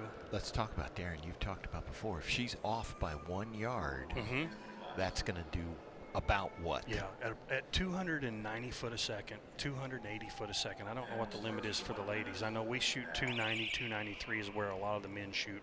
But at 40 yards, if you're off by 1 yard, if you shoot a target that's 40 and you shoot it for 39, you'll drop about an inch. So they have to get within 1 yard to touch these rings. Oh, she's so close to that. So close. And she is right under where that 12 connects to the 10, so she's got a good chance at getting it. We're hearing mixed reaction from the crowd. Oh, I don't know. I don't either. Oh, wow, that is close, Darren. That is really close. I'm going to let they have a way better look at it than I do down there, so I'm going to see what they say it is. you know, you can see the split there, which creates an issue because where is that line, you know? 12 And there points. he goes. 12 call. So now Emily has to 12 it to take over Cara. 454. Got it.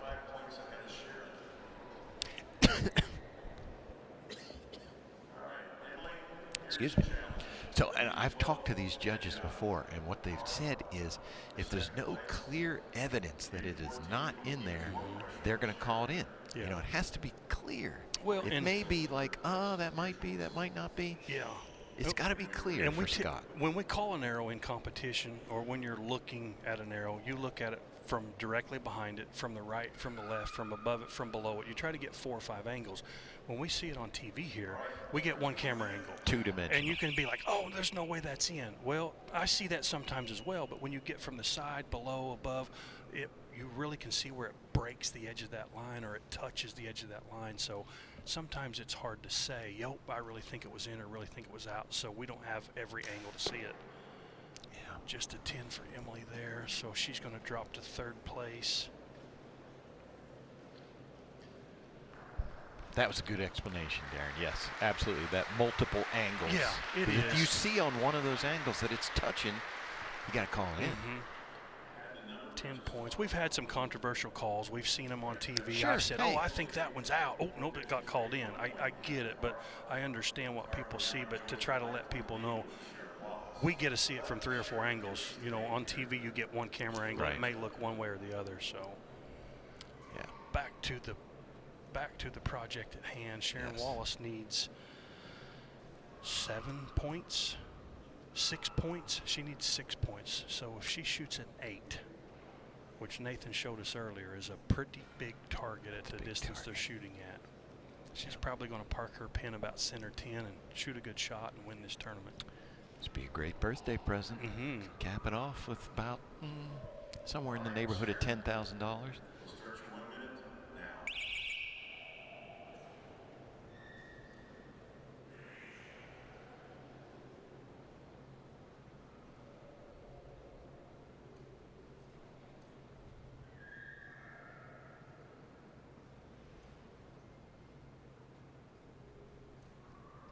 Hold for her. Stable. Yeah, there you go. I was going to say that stabilizer just started wagging a little bit. She's got 34, 33, 32. She's got tons of time. Deep breath, good strong shot. Just saying, calm down. Yeah. Put it back in the middle and pull like crazy, girl.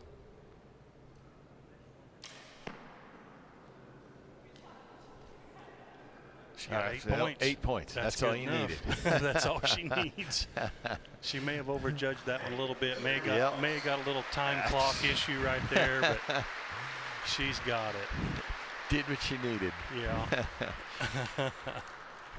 That's going to frustrate her. You can see it, but the win is a win. A win is a win, no matter. There's her husband, Jack. Yep.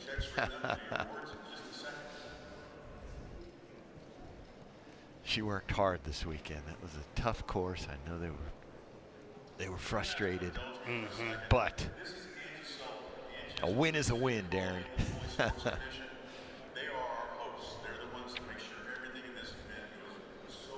Sharon's going to come over here. We're going to get a word with her real quick.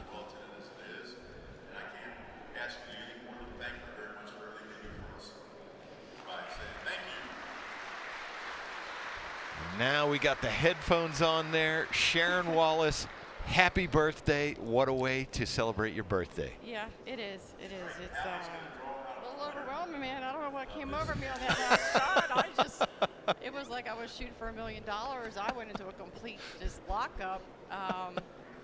Like I said, I've had a really rough off season. A lot of stuff's happened. So to be able to come in here and just keep it together and be able to win the first one, I have so many emotions going through me right now. I don't even know what to say right now. Sharon, we've talked about how hard Foley City folks have worked to set these ranges, and we have shot a ton of tournaments over the years. This being the first one, talk about how tough these courses were compared to tournaments you've shot in the past. How tough was this? this was by far the hard, B was hard, but it was doable. But today's course, out of all the probably 15 years that I've been shooting professionally, it was the hardest course I had ever shot in my life, and it showed because all the girls' scores were down. Mm-hmm. But so it was hard to come off that range. Like, yeah, we're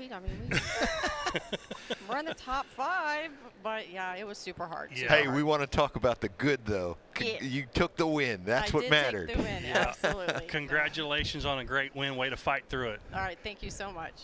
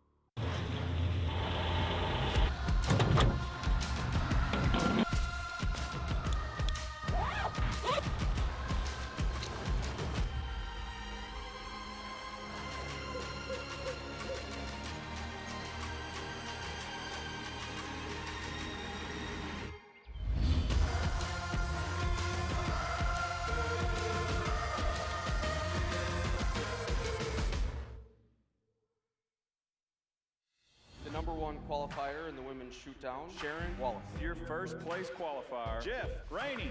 Your #1 qualifier, Miss Cara Kelly. Mr. Levi Morgan. That's Mr. McCarthy.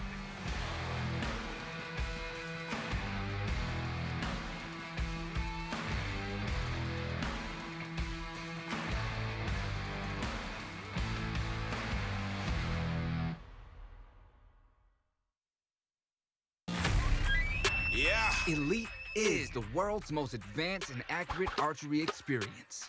We challenge you to go to your local retailer and ask for Elite to demo the Omnia today.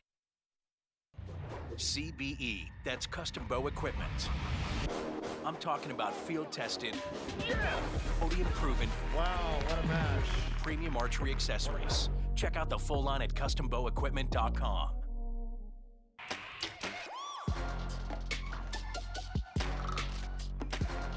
Oh, what a shot. Got it. Unbelievable. So Kyle needs an 8 to win. 8 to win. Oh, he went right at it. Entered in, done. This guy is unreal. That's it. And he got it. Never played it safe Gillingham.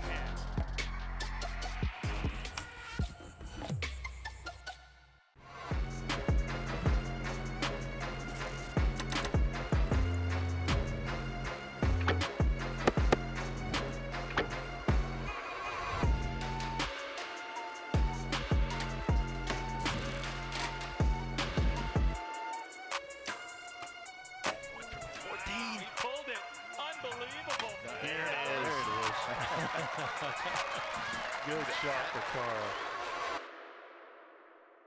Bow hunter Vinny LaSelva explains why he shops at LancasterArchery.com. I'm a patient man in the woods, but when it comes to shopping online, not so much. That's why I choose Lancaster Archery Supply. They make it easy to order all my archery gear, with thousands of the newest and finest products right at your fingertips, ready to ship to your front door. Here's your order, Vinny. Or tree stand.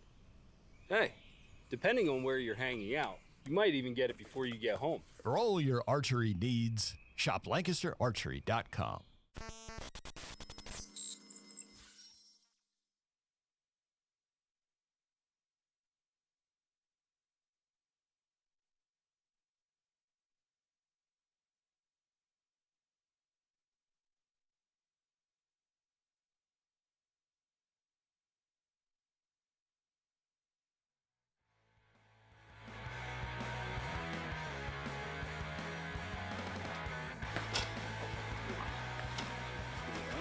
It's close. As long as it stayed high enough. No, I think it's in. I think it's got the line. Look from right here and I think you'll find happiness.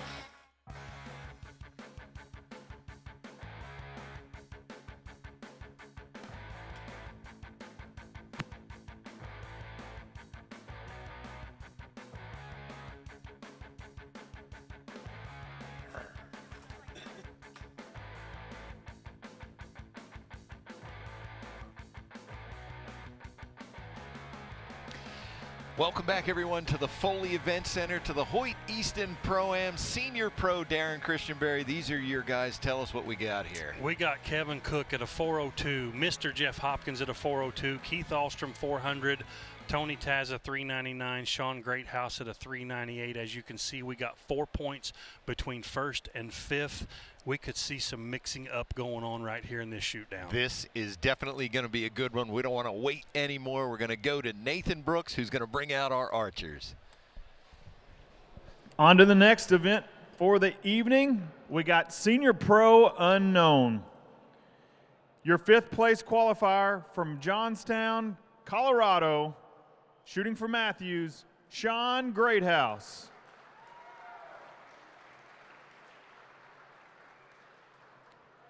Your fourth place qualifier from Boswell, Pennsylvania, shooting for Hoyt, Tony Tazza.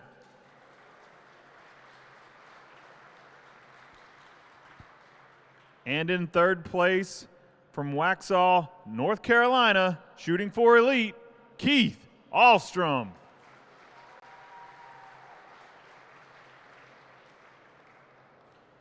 And in second place from Lacona, Iowa, shooting for Matthews, Jeff Hopkins.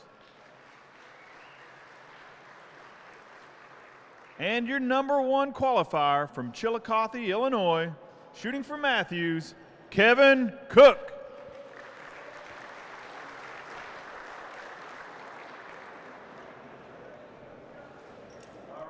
Points from first to last, and I'm just going to say, you know, I like everybody, but these five guys out here, they might be five of my favorite people out there. Yeah, they're just all good people. They are good people. Sean's a super nice guy.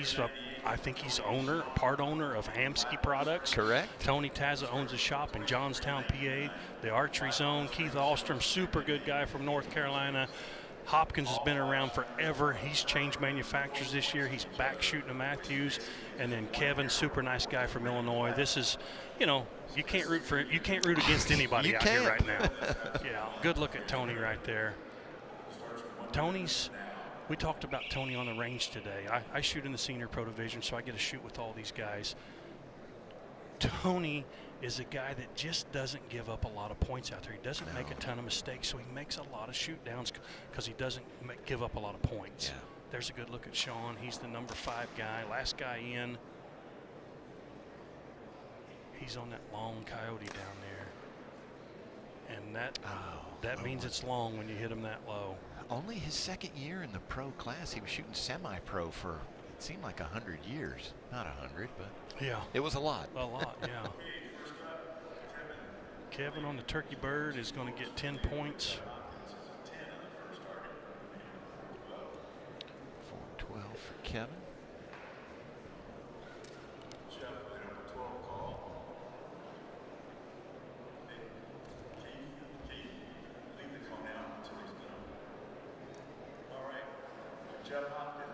Jeff Hopkins, he did call upper. Yeah. Oh, he did. So I was laughing because I thought, he's hit that one right off the bat. So 412.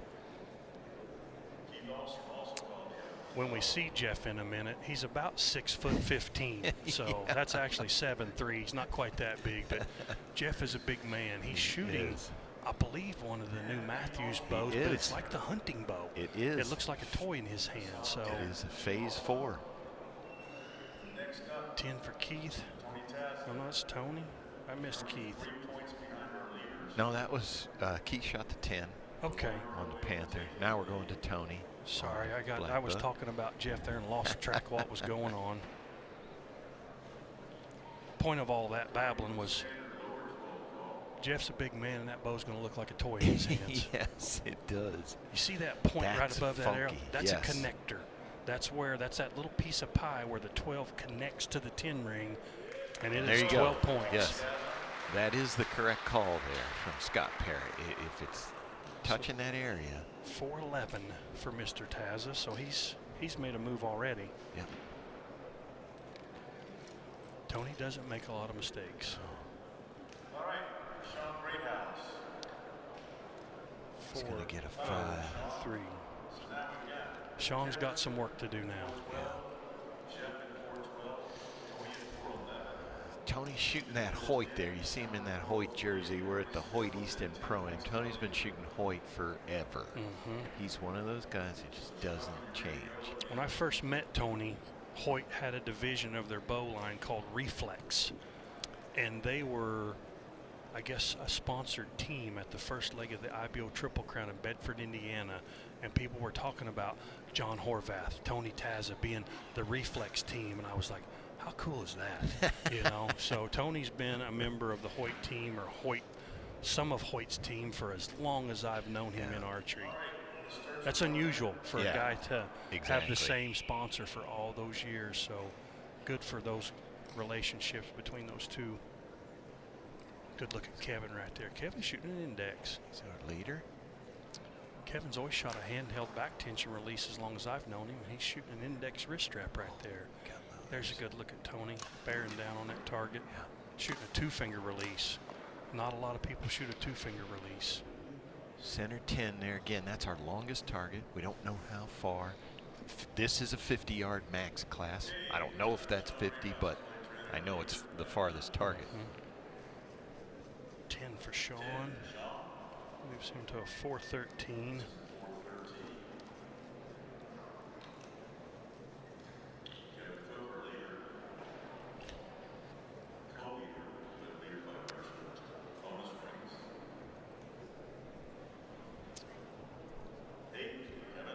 Kevin, backing up a little bit there. We're going to see some mix-ups here. There's going to be a couple of 8 shot. There's going to be some bonus ring shot. So this one's far from over.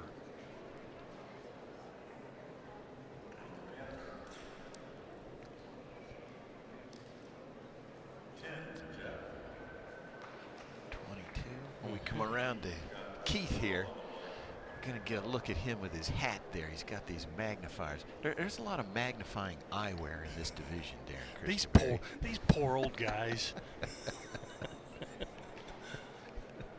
I know. I wear contacts now because I struggle with the left-handed shooting with glasses on, but I have to carry some 1.5, some 2.0, some 3.0. I carry about 5 pair of reading glasses with me now because I can't set my sight without them.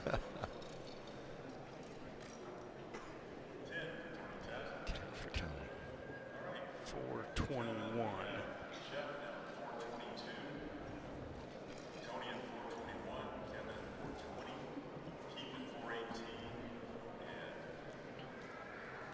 I'm going to give a shout out to Keith Ahlstrom's wife, Gina. She and Destiny Davis help us out tremendously at Competition Archery Media, taking scores on the senior pro range and women's pro range. And we would have been dead in the water without Gina and Destiny this weekend, Keith's wife. So thank you to her, to them. They are both very good people, very helpful out there. Gina gives me a little love before we shoot. That's as polite as I can put it on air. She gives me a little love before we shoot. So I appreciate her support, and those girls help us out a bunch, keeping track of everybody's score throughout the weekend. So there you're looking at that bow. That is it's supposed to be a hunting bow, but yet you can use it for anything. Jeff's like 6'7". That's a big man right there. That's the phase 4 by Matthews, that bow. Oh, he's not going to like where that one landed. He's not going to like it. Keith's looking around to see what everybody did.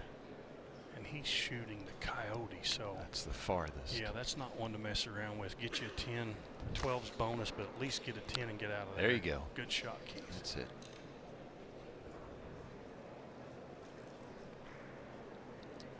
So we will see some moving around here. Yep. Good look over Sean's shoulder. That arrow's flying pretty down through there, just under the 12. Just under it. First up, we got Tony. There he goes. Yeah. He's making some moves. 4:33.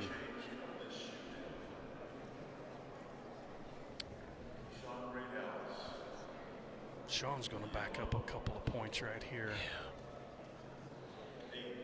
Perfect line, just a yard or two off. 421. It's crazy. I'm looking at this math. We've shot 3 arrows. We're on the 3rd arrow. We were 4 points from top to bottom, and right now Tony is 12 points ahead of Sean Greathouse just after 3 arrows. Crazy. It happens so fast. 428 now for Kevin. You almost go to panic mode. You make a mistake out there, and you're like, oh my gosh, now I have to hit one. Yeah. So you have to try harder. It puts a little more pressure on each arrow. So it's, and as we stated before, each arrow is very important for everybody. There's lots of money on the line. 5 for Jeff, 427. We know Keith got a 10. We saw that earlier. 428 for Keith. So Tony came in sitting in 4th place. And he is now leading by 5. Leading.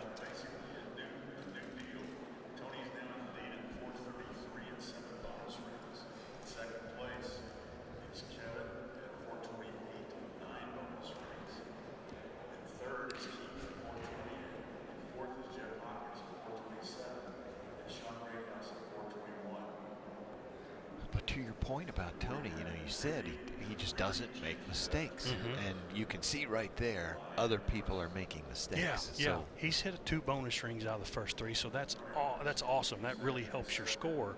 But when other shooters shoot an 8, shoot a 5, you know, an 8 and a 12, that's a 4-point swing right there. He's had a couple of those now, so he's got a 5-point lead over the field.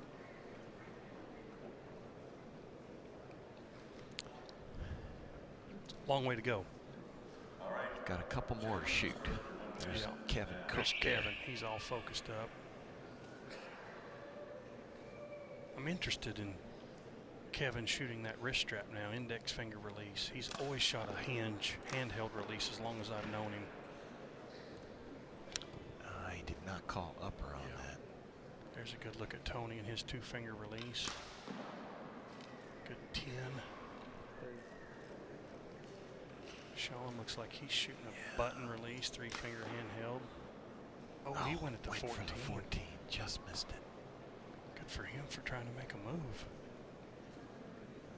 All right, Keith Ahlstrom, there's a look over his shoulder. He's up first. And I can't see his cone. He always calls so uppers. I'm guessing, he's nodding his head. He likes it. Oh, maybe he didn't call the upper. He always shoots Yeah, upper. he's shaking his head. Yeah, he's like, I should have. 438.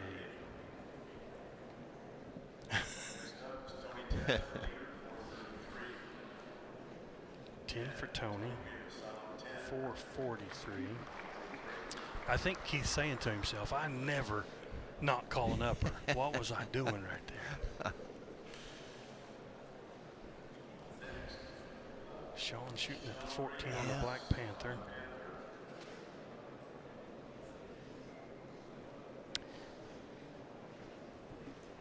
May have hung an 8 right there out of that thing. Be lucky to get that 8. Yeah, I can't tell for sure, but he might have snagged that line. They're looking hard. The line is pliable, so when those arrows sink in, it's possible for it to pull the line over, stretch it out. Still has to touch. Still has to touch. He got an 8. 4.29.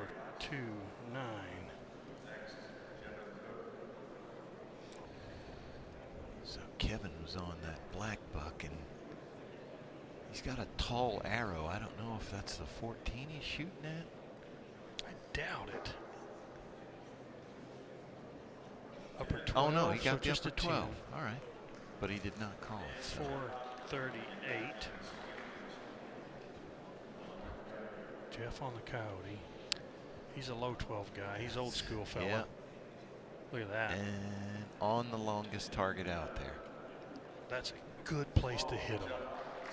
Yes, it is. 4.39. So he just jumped after a 5. He jumps back into second place. Yep, he's 4 points behind Tony now. All these odd numbers means that people have shot at least 1.5 on the weekend. No, like you said, Jeff Hopkins, he's been around forever. He's been in a million of these shoot-offs. He shoots a 5, shakes it off, comes to the longest target, and shoots a 12. Yeah, that's gaining points on the field. When you shoot a 12 on those long bombs, you're gaining points on the majority of the field. So big bonus, especially when someone backs up, shoots an 8 on something they shouldn't. Good look at Keith right there, shooting that pretty new verdict. There's Kevin again in that index finger. You see his level, watch his bubble and his level go back and forth. Boom. Center 10, good shot. Center 10, yep. 10 points is great on that cow. 12 points is bonus. Good look at Keith again. Nice surprise shot. Oh, just high. Tony was shooting a close one. Looks Closest like a 10 for him. Panther, yeah. All right, coming over to Jeff. There's big I couldn't Jeff. tell by his reaction. 10. Yeah, this is the 5th arrow already. Yeah. Man, this goes fast. Jeff, 10 points. 4, 4, All right. 9. I don't think there was much movement here in our top 3. Like a bunch of 10s. Yeah. Keith shot an 8, I believe. Yep, that's going to be an 8. Yep, 4.46. Is everybody going to the final arrow? Maybe not. If Sean hit a 10, he'll be at 39. Jeff would go to 53, so he might kick Sean out. All right. 10 for Tony. Yep.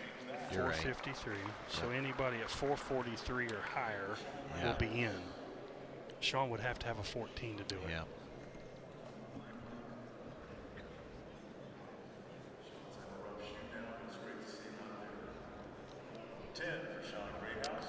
All right. 439. So he will be 5th place.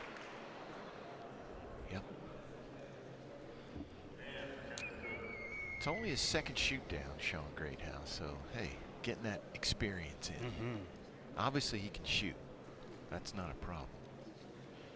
10 for Kevin Cook. 448. So Tony's leading, 453. Jeff second, 449. Kevin's in third with 448. Then Keith at a 446. So Keith's going to shoot first. Kevin's going to shoot second. Jeff's going to shoot third. Tony's going to shoot last and know what he needs to do to try to win this thing.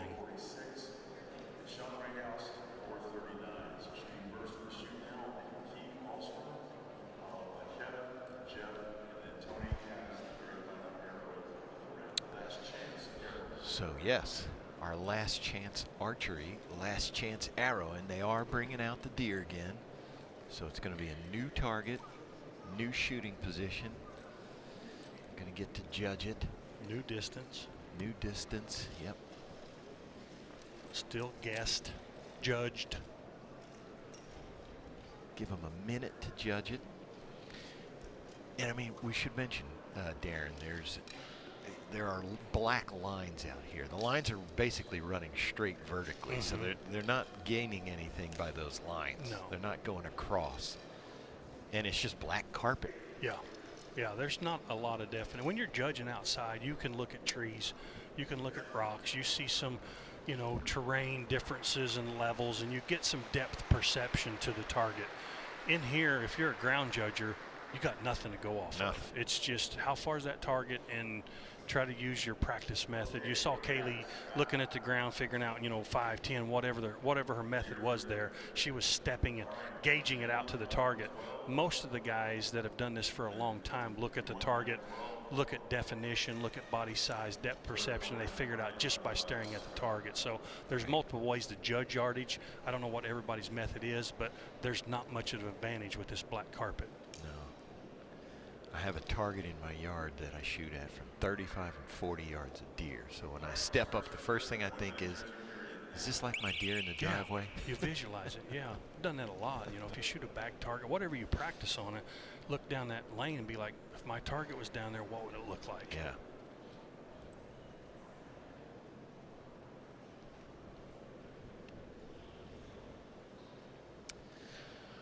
All right, yes, so they get a minute to judge.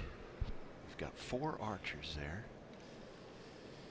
You can see Keith bobbing up and down, just trying to get some kind of perspective there. Tony's looking at other targets. Tony's got a 7-point lead over Keith. Keith is 2 points out of third, so he has to shoot a bonus ring to make a move, and a 14 would do him best. Risky though. If he shoots an 8 or 5, could knock him off the podium if he's thinking about that. But if he wants to have a chance to try to win, 14's the play. Yeah. Keith has put the upper 12 cone out. But as you mentioned, probably going to shoot at that 14. Yeah, if he shoots a 12 and hits it, and then he ties someone, the tie's going to be broken by bonus rings.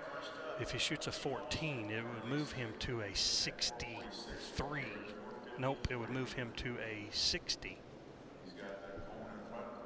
Then he would force others to shoot 12s and 14s to beat him. So it's a big arrow, it really is.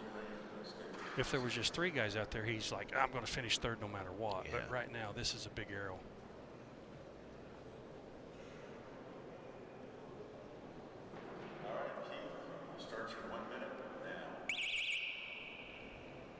He needs at least a 12 to try to make a move. Boy, it got dead quiet. Oh, he went for the 14. Over it.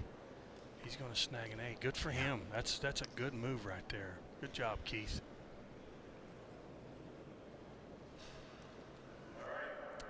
Yep. Is on the line. They're looking at it. I think it's an 8. I think.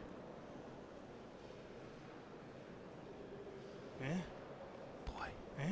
I don't know. I mean, that's where you go. I know. One of those close ones where it just didn't pull like some others have. I just have to say and see what see what they call it. I'm not sure. 8 points. 8. Okay. 454. So.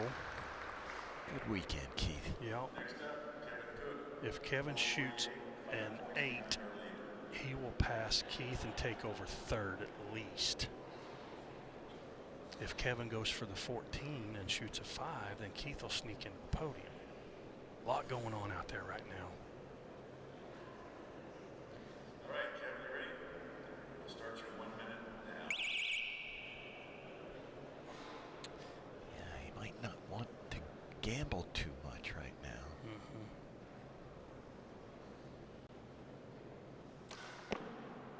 He did go at it. Stayed 8, so he's going to stay on the podium. 456.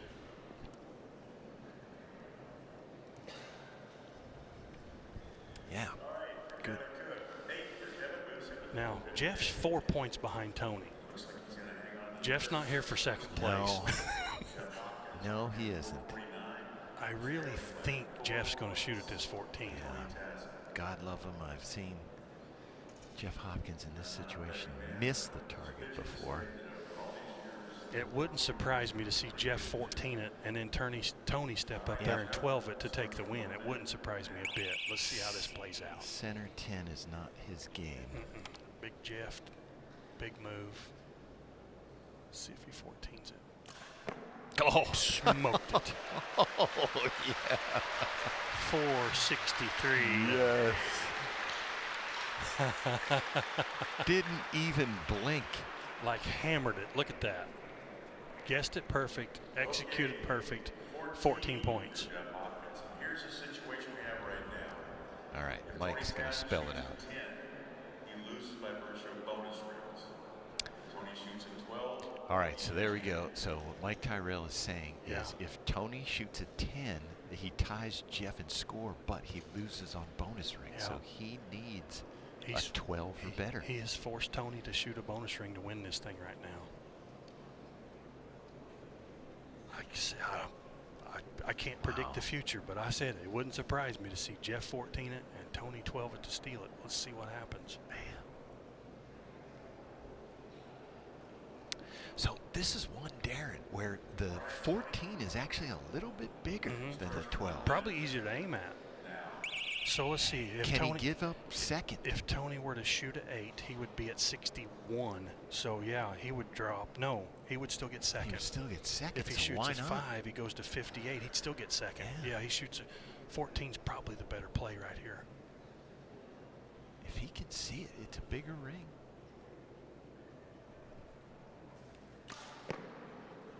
Oh no, just didn't. 10. He did call upper, but no, I don't. Cone's Oh behind no, he him. didn't. Just the Didn't 10. get it. So I think Jeff's going to win. They're looking for upper call, but he did not call it. No, Mike Tyrell said he did not call it. That's a 10. How about that? Jeff Hopkins is shaking his head. He can't Wow. believe it. Good for Jeff. Wow. 10 for Tony. So yeah, so what happened was they tied. Yeah. 463, but Jeff had more bonus rings. And so he takes the win with a 14 That's awesome. after shooting a 5, Darren. Yeah. Yeah. It's never over. That's why you shoot all those arrows. Big Jeff, change of manufacturers, shooting a hunting bow of all things, and comes out here and wins it. Comes out here and wins it. Yeah, you know, we hear folks all the time saying, you know, I don't want to get that big target bow. There you go. Yeah. He just won senior pro shooting a hunting bow. I don't think he can believe it. No. He's still shaking his head. He's going to put this headphones on here, and we are going to get. So my first question from Jeff Hopkins is, can you believe that just happened? Yeah, I guess it's archery. Anything can happen, right? But yeah, that was awesome. That was fun. That was a lot of fun out there. It was fun right up to the point where I 5'd the black buck, but wow. You know, I just made a weak shot. I got out of my peep a little bit. I'm like, how let down, and it fired. But you must have felt super confident on that last arrow. Yeah, I mean, I set this phase 4 up for Matthews about 7 days ago, and I tell you, I've shot it so well in practice that coming out here tonight, I had a lot of confidence. A lot of confidence. Yeah, Jeff, I talked briefly to Sharon there about how many turns we've shot in, you know, first tournament of the year. How do you think this compared as far as toughness? How tough were those ranges out there this weekend? Those ranges were as tough as we've ever shot, I think. I mean, you know, I've never missed an ASA, and probably one of the few that can say that. And since its inception, we shot one in Kentucky a long time ago, but that one this weekend was really brutal. It was tough. Great weekend. That 14 was huge out there. Congrats on a big win. Yeah, thanks. Thanks, everybody.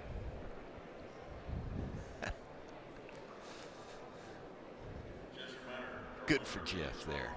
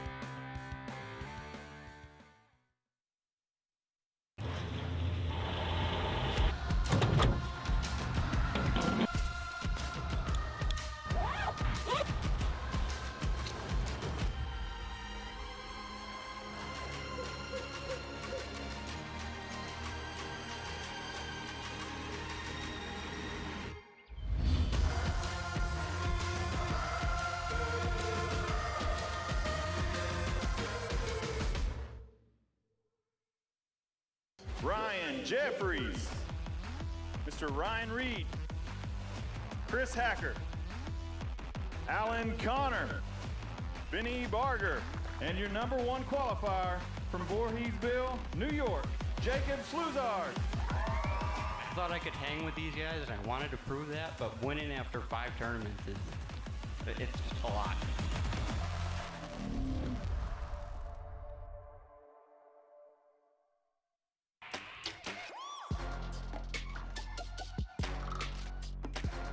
Oh, what a shot. Got it. Unbelievable. So Kyle needs an 8 to win. 8 to win. Oh, he went right at it. Enter 10, done. This guy is unreal. That's it. And he got it. Never played safe Gillingham.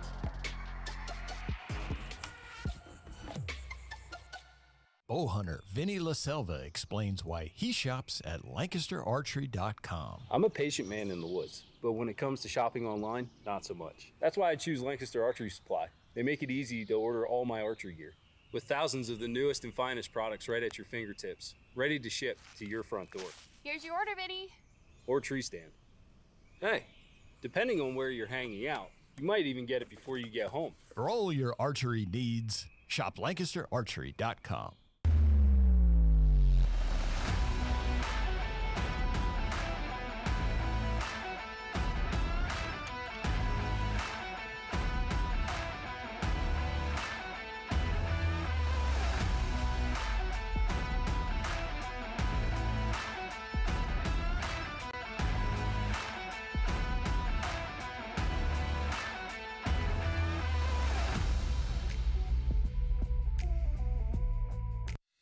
Number 1 qualifier in the women's shootdown, Sharon Wallace. Your first place qualifier, Jeff Rainey.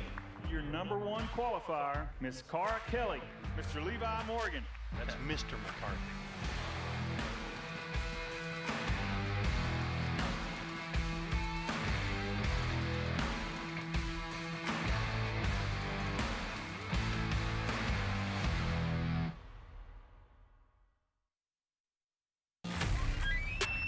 Elite is the world's most advanced and accurate archery experience.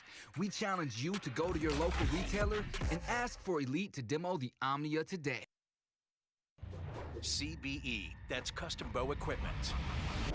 I'm talking about field-tested, podium-proven, wow, what a match, premium archery accessories. Check out the full line at custombowequipment.com.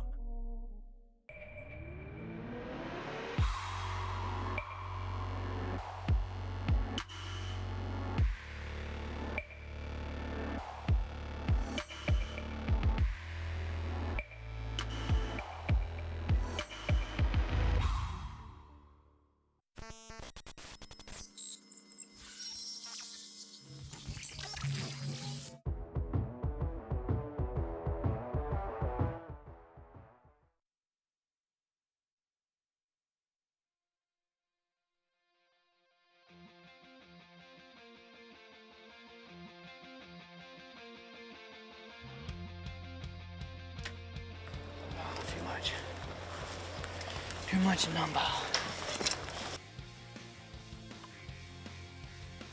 That was the first good shot I fired. Oh, yeah.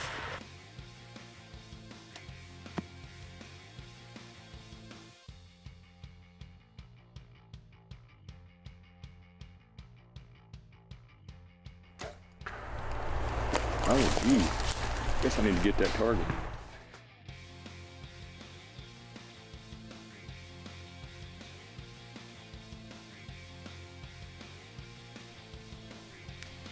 All right, welcome back, everybody, to the Hoyt Easton Pro-Am, Foley, Alabama. Darren Christenberry, Open Pro. Check out that board. Yep, Dan McCarthy showed out today, shooting an 18-up one-day round. He shot a 218 today to put him at a 426, so he enjoys an 8-point lead over the rest of the field. Jacob Sluzars has come on strong the past year and a half at a 418. Justin Fuller, I think this is his second shoot-off maybe at a 418.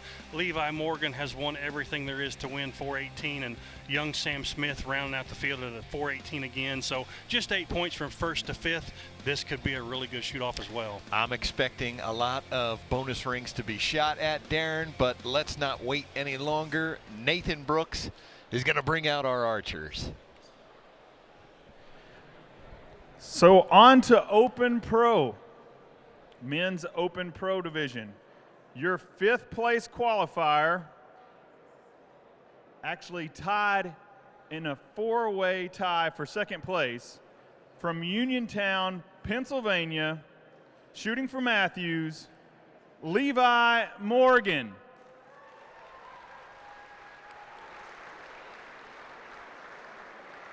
And in 4th place, tied for 2nd, from Carnesville, Georgia, shooting for Matthews Archery, Mr. Jack in the Box, Sam Smith.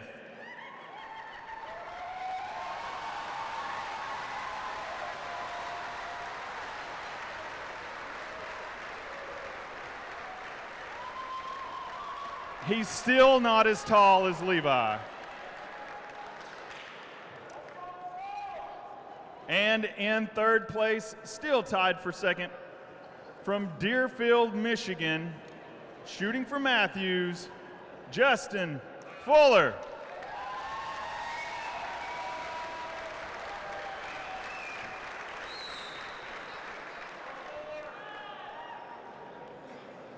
And in 2nd place, tied for 2nd, from Voorheesville, New York, shooting for Darton, Jacob Slujar.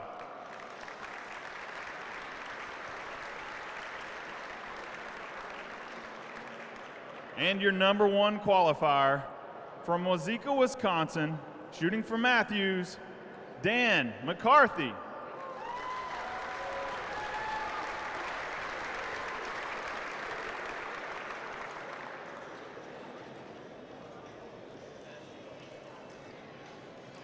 I had no idea there. I thought, what is Levi doing with that cart? Now I know. And good on him. The crowd got a whole new burst of energy. These guys are the cream of the crop in unknown yardage judgers. Dan Levi, Justin, Sam, Jacob. This is going to be a good race. Like I said, Dan showed out today and shot a big, strong score. Yes. He's got an 8-point lead, but with 12s and 14s in play, we don't know who's going to win this one yet. Dan was sitting in 4th place after yesterday. Sam was up there on the leaders, so today he really had to turn it on, and he did. Now, to get to these other 4 who are tied here, there were actually 5 tied at the end, all at 418s. Jacob and Justin Fuller made it in on their 12 count. Sam Smith, Levi Morgan had to win a shoot-off against Braden Jones, was the one at 418 who got knocked out. Gotcha. A 1 arrow closest to center. It was a nail biter till the end. Got kicked out on the closest to center shoot off. Yep. Yeah, and I mean, props to Braden. He fought all weekend. Dead center 10 for Mr. Levi. So we just saw Jacob Slujar. He got in on his very last arrow. He had to shoot a 12. And he did. And he did. There's a 10 for Mr. Dan. If you've watched our shows before, Dan is a little bit thinner than he used to be. I don't know how many pounds he's lost, but he looks great, in good shape. Yep. He said it really has helped his back. He was having back problems. Gotcha. He's been doing a lot of working out, eating some different things. Jacob, 12. Jacob comes right out. Yeah, boy, just...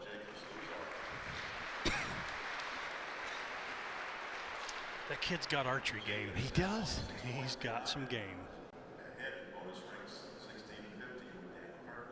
He was actually kicking himself all weekend because he was like, man, I'm shooting great. I just keep hitting too many 8s. Look at this guy here.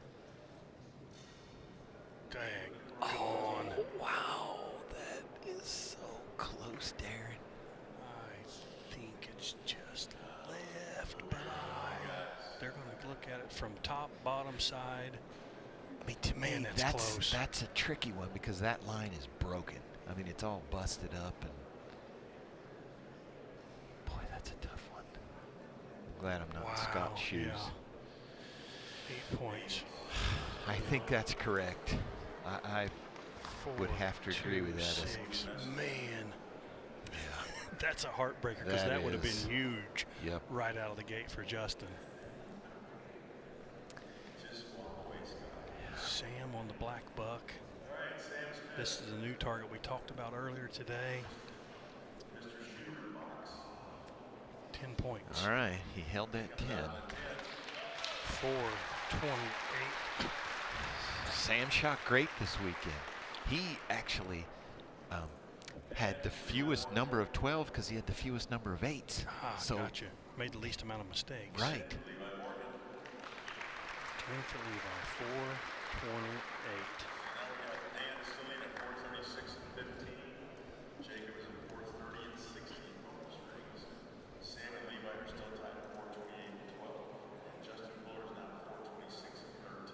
Not a lot of movement on the first arrow, but some movement. Dan's lead went from 8 to 6.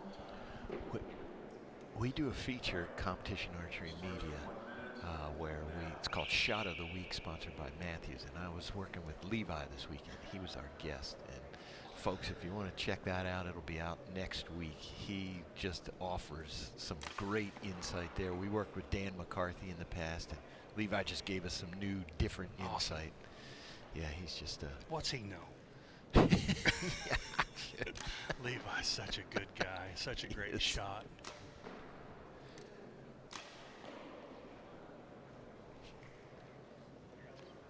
Jacob's got a dirty look on his face there. All business. I like it. He didn't like where that one landed. Not sure where it landed, but his expression was not what he was hoping for, I don't think. See what Levi did. That's close. That's on that turkey. Well, I think that got it. Yeah. He shot that 14, did he? He did. There we go. Sure did. All right. 4, 4, 2. That's how you make a move right there. 442 for Levi.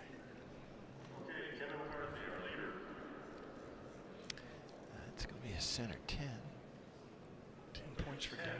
446. Okay, so now just 4 points. Jacob was not happy with where his landed. Let's see, there's his expression. Just a 10, it's okay. Nothing given up. 440.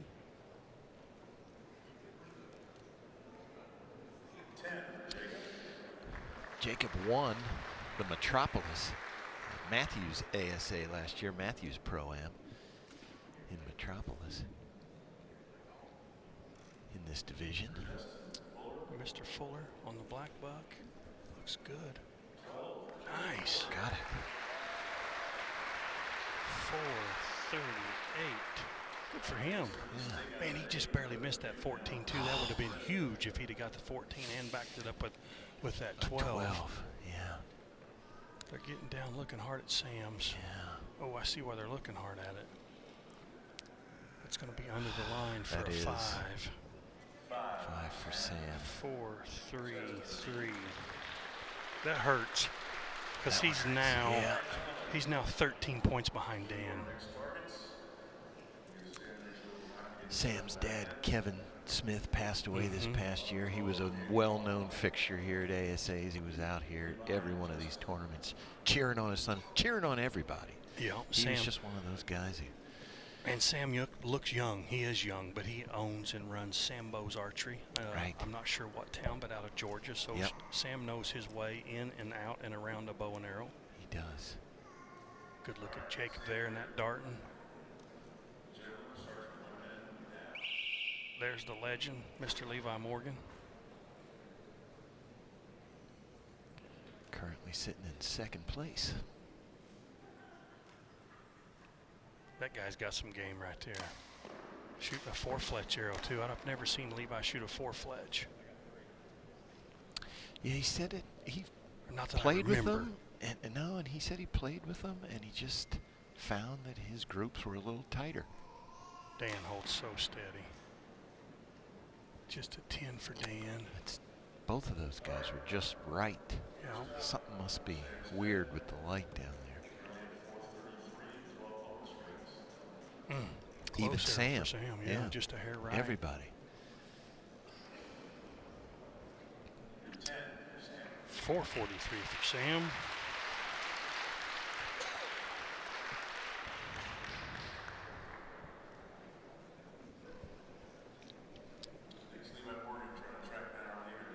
It's really interesting to see what everybody does on each arrow. Add this math up and see how it shakes out, because it goes so fast while you're out there. You blink and it's over. 10 for Dan. Is that right? Or 10 for Levi? Levi. Sorry, 10 for Levi. 452. Good look at Dan there. Yeah, on a close target like that, boy, you just don't expect to see Dan miss right. You know, maybe up, down. But 456. I see it more and more, PJ. Everybody running 4 fletchings. I don't know. I just don't know. I guess I'm going to have to try it and see. I don't think these guys would be doing it if they weren't seeing an improvement. That was Jacob. 10 for 10, Jacob. Yeah. 450. Yeah, like I said, Levi said he shot both, the 3 and the 4 side by side. And he's like, I think that my groups were just a little tighter. 448. I think the biggest thing for me is they sell vanes in packs of 36. That'll mess it up. You can't fletch a dozen arrows with 36 vanes. No. They're going to have to go to 48 packs now. That's right. I think practically like that too, Darren. Yeah. That's, you know. It's my OCD kicking in. That's what it is. Yeah. There's a good look at Jacob right there. We're on arrow number 4 already. You know, to that point, if you wanted to fletch even like 2 dozen, you'd have to fletch 25. Yeah. If you bought the 100 pack. Yeah. Yeah. What are you going to do? Now you're going to get that extra arrow. Yeah. Watch Jacob get down that bow and get busy. Man, he's focused right there. Holding steady too. He can aim a bow. So steady. 10 points. That's a 14 on a turkey bird. That's Justin. Justin Fuller has got some game now. Good look at Dan. Shooting that Blesbach. What'd Levi do? Did he shoot another 14? He shot at one. I think he did. I don't know if he hit it, but he shot at one. We'll find out here shortly. Justin Fuller. Good for him. He's up there up north with the McCarthys. I know he shoots He's a lot. a Michigan boy. Yeah. Near the Kellys, and they all practice together. He's showing out this weekend. Got some game. Yeah. I like it. Next up, Sam Smith. That's a dozen points unless he called upper. There we go. Now we're seeing some rings. 455. Got dialed in now. Levi shot. I know he shot at the 14. Good strong. Ooh, golly. Can't see the top of it. Here we go. There's those. He did. Oh, he yeah. got it. He got it. Man. Oh, yeah. 466. Levi's tied for the lead now. Depending on what Dan did here. Dan has to have a 12 to keep the lead. This is the black buck. 10 for Dan. 466. We're watching one of those battles unfold.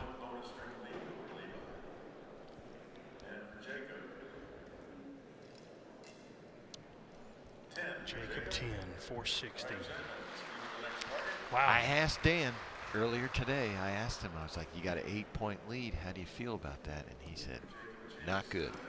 Not comfortable. He's like, you can't slack off against these guys. And now we're in a tie. It almost seems like over the past couple of years that there's only really 3 spots to shoot for in the Open Pro division, because you can almost bank on Dan and Levi being in there. I mean, it's almost, it's not, but it's almost a given. They're in so many shoot-offs. They're so consistent, and they're always battling, and now they're tied with 1 arrow to go in regulation. Good look at Levi. Good center 10. Center 10. Dan's going to need a 12 to take the lead back right here. Oh, just low left of it. So they're going to go tied into the final arrow. This will be a good 6th arrow. Jacob got a 12. Yeah, needed that probably. What'd Justin do? Probably shot another 14. He's on the pronghorn. 12. Oh, he called upper. Oh, gotcha. Shucks. 12. Jacob. For Jacob, 472.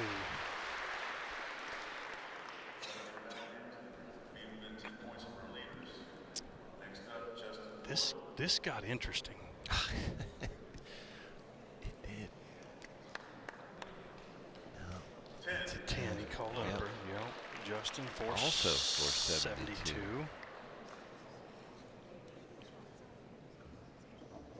Sam Smith on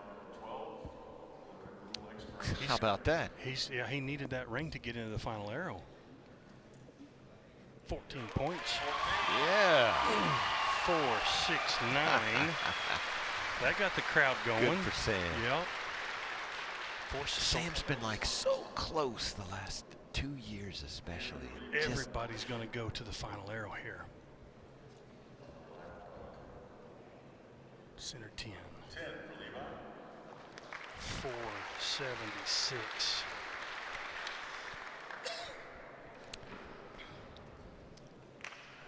Did Dan catch this 12? I think he's just low left. Yeah, just low left of it for a 10. 476.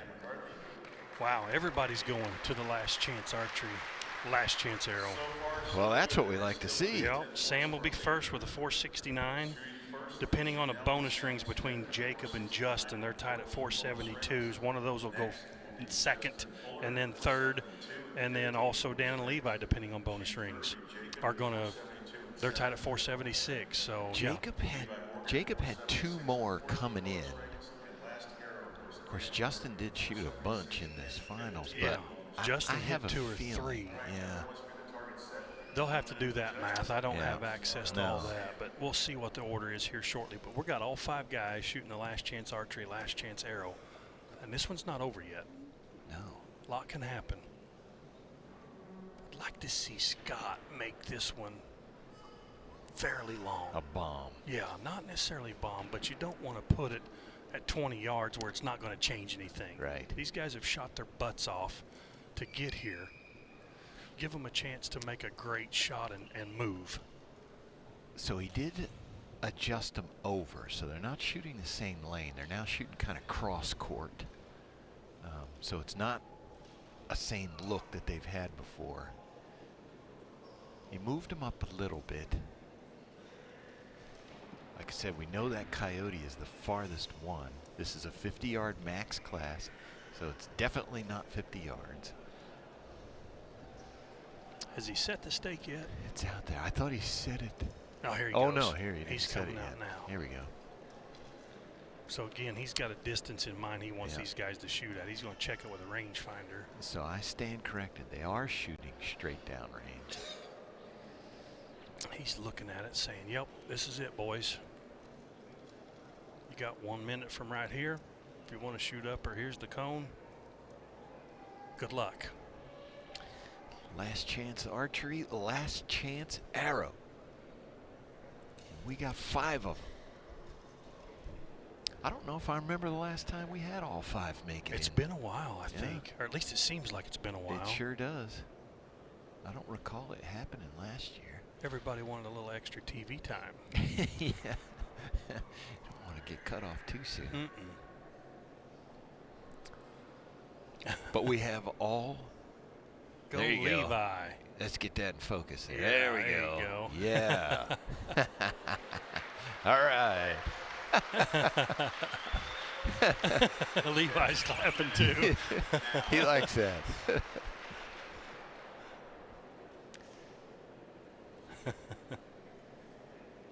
So Darren, we have all of our last year's winners up there. Dan McCarthy won 3. Levi Morgan won 2. Jacob Slusar's won 1. Wow. So that's our and field Dan from was last year. Dan was shooter of the year. Dan was correct? shooter of the year. Yeah. Yep. There's not been very many of those over the years. Dan and Levi have a pile of them. Between the two of them, that goes back. It might be 17, 18 years now. Dan won his first one in 2005. And they share a bunch. Those two have battled and battled and battled. If you've watched this before, you know Dan McCarthy and Levi Morgan. If you're new to target archery, Dan McCarthy and Levi Morgan are two of the best on the planet at unknown distance 3D archery, period. Hands down. Yeah. Good look at Sam right there. He's got one move. I think it's 14. Yeah. I think. We're going to see him winning his first one here before too long. Yeah. Ah, just left of it. He judged So it good though. He did. Just missed. Crowd just got to look at the camera. Good for him. Good weekend. 8 points. Sam's a crowd favorite in here. 477. Sam had a scratching calling to get to that 12 ring shootdown with Levi, and now he's got another great shootdown to his resume. Next up. Here goes Mr. Justin Fuller. All right, here we go. As good as Justin shot out there this evening and this weekend, I wouldn't be surprised to see him bust this ring right here. I'm going to tell him I got a man crush on him now after the way he shot this weekend. He's one of those guys, he's just quiet. He doesn't say much out there. Yeah. He's always kind of right there in the mix. And this weekend, he just broke through. He comes by our trailer, helps, hangs out, just sits there, shoots the breeze with us. He's a good dude. Absolutely.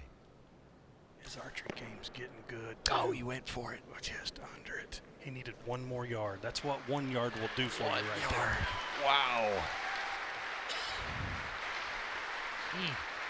480.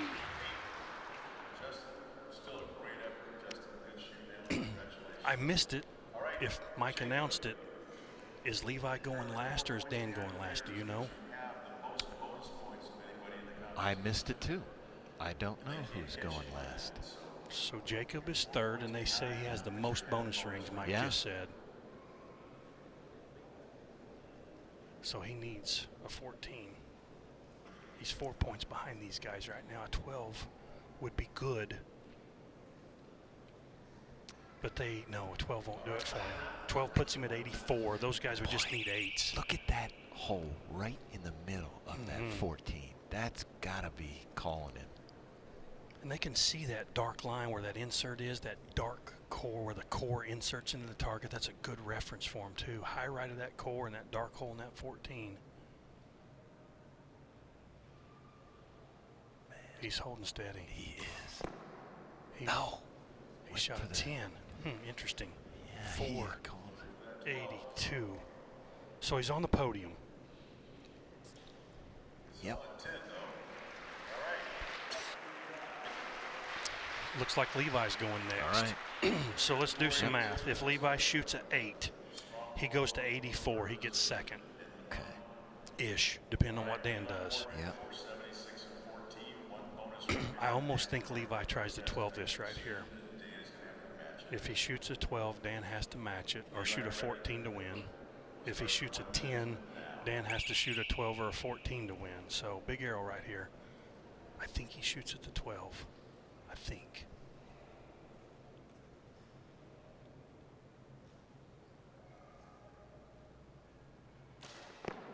Or are you kidding me? Or Darren Christenberry. Are you kidding me? What do I know?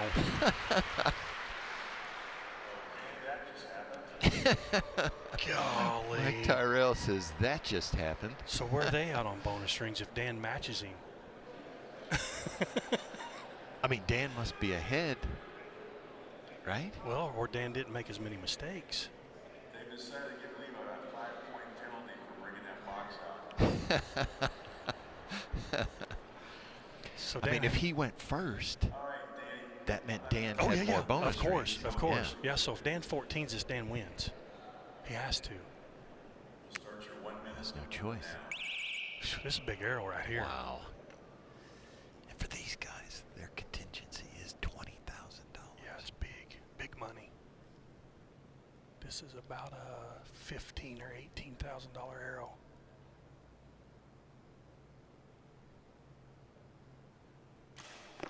Oh, he missed it left. 8. He missed it left. 484. Levi's going to win with a 490. He still takes second. Wow. Come on.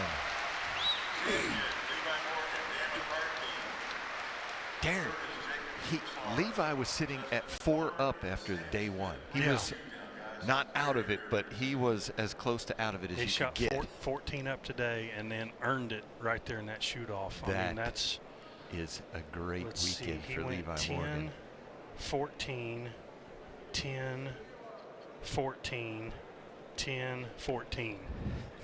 Wow. That is. That's pretty good. That's why people call him the GOAT right there. He shot 12 up in the shoot-off.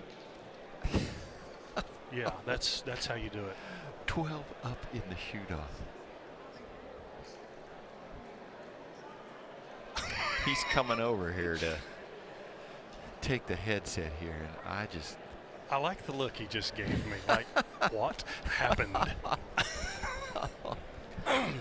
Levi Morgan, we were just talking here about that was incredible. You shot 12 up in the shoot down. Yeah, that's about more than I shot all weekend.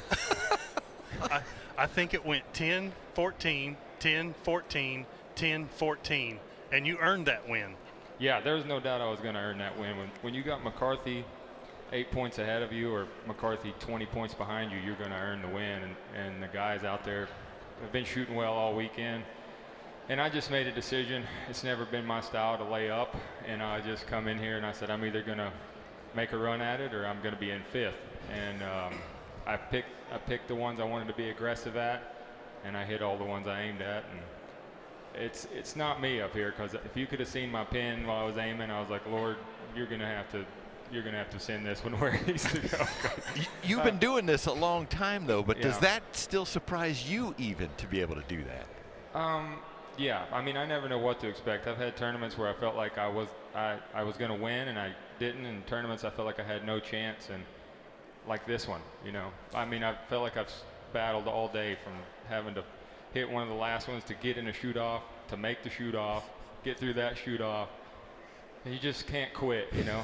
Just keep going for it. It's all I know. So. It's an impressive weekend, and I think it was the release. Congratulations on another win. Thanks, Darren. Congrats, Levi. Oh, man, Darren Christianberry, that was enjoyable. That was awesome to see that. And, I mean, I feel bad for Dan. He worked his butt off, shot a great round today, came in with an 8-point lead, but when a guy hits 3 14s on you, what are you going to do? Dan really didn't make any mistakes, but Levi took that win right there. All right, Darren, we're going to bring out the rangefinders after this. Folks, don't go anywhere. We will be back at the Foley Event Center for the Hoyt Easton Pro-Am. Don't go anywhere.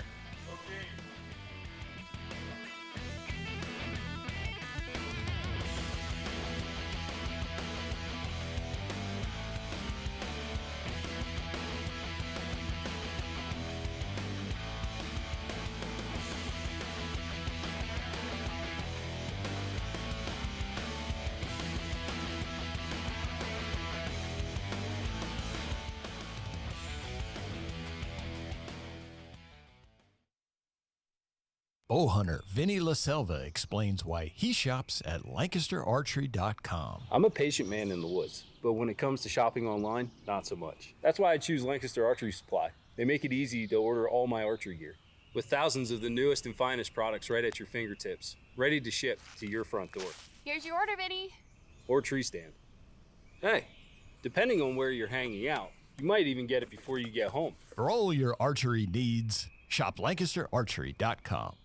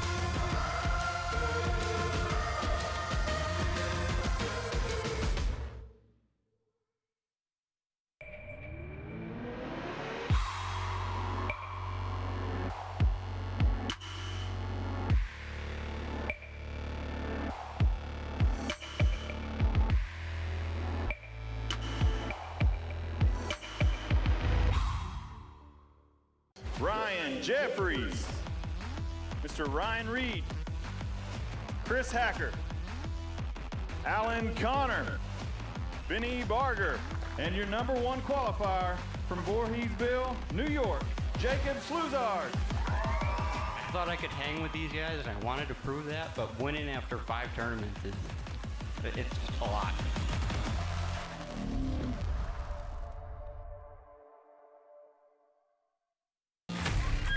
Yeah. Elite is the world's most advanced and accurate archery experience. We challenge you to go to your local retailer and ask for Elite to demo the Omnia today. CBE, that's custom bow equipment. I'm talking about field tested, podium proven. Wow, what a match. Premium archery accessories. Check out the full line at custombowequipment.com.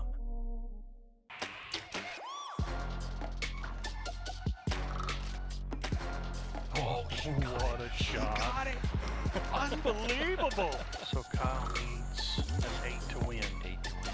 Oh, he went right at it. Entertain, done. This guy is unreal. That's it. And he got it. Never played it safe, Gillingham.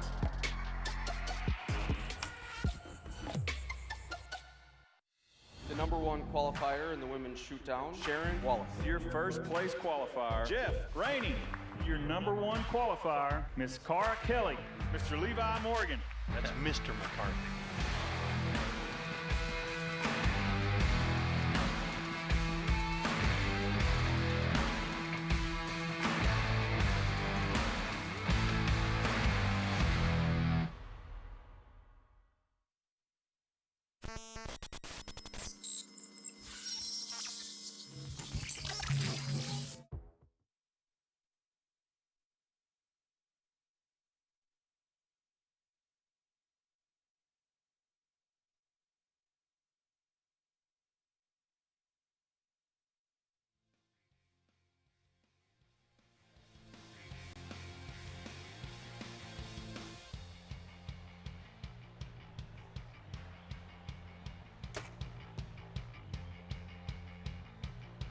If I'm going by anything, I'm saying this is part of the line right here, and it fully connects to your arrow. So course was, I don't want to say it was super easy, but it wasn't super hard either.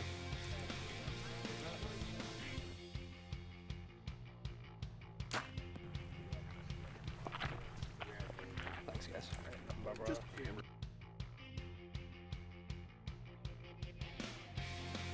All right, welcome back, everyone, to the Hoyt Easton Pro-Am here in Foley, Alabama. Darren Christian Berry, known pro. Look at that leaderboard, especially that top score. I think we broke a record this weekend. I don't know that anybody has ever broke the 60 mark, but Jimmy Lutz shot a 460. Householder is at a 458. Kyle Douglas 454. Stefan Hansen 452. And Levi Rietzma at 452. Only 8 points from top to bottom. These guys know the distance.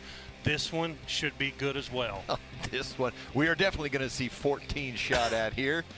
Nathan Brooks, bring out our archers.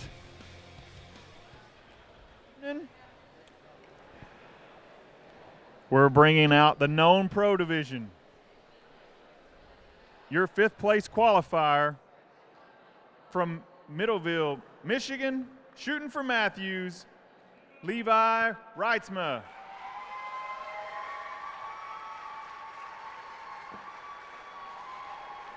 Your 4th place qualifier from somewhere in Denmark that I can't pronounce, shooting for Matthews, Stefan Hansen. Your 3rd place qualifier from Liberty, Utah, shooting for Bowtech, Kyle Douglas.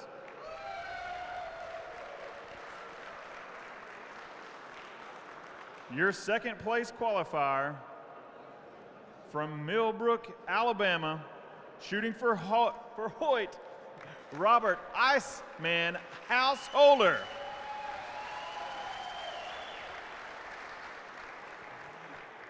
Your number 1 qualifier tonight in known pro from Montello, Wisconsin, shooting for Darton, James Lutz.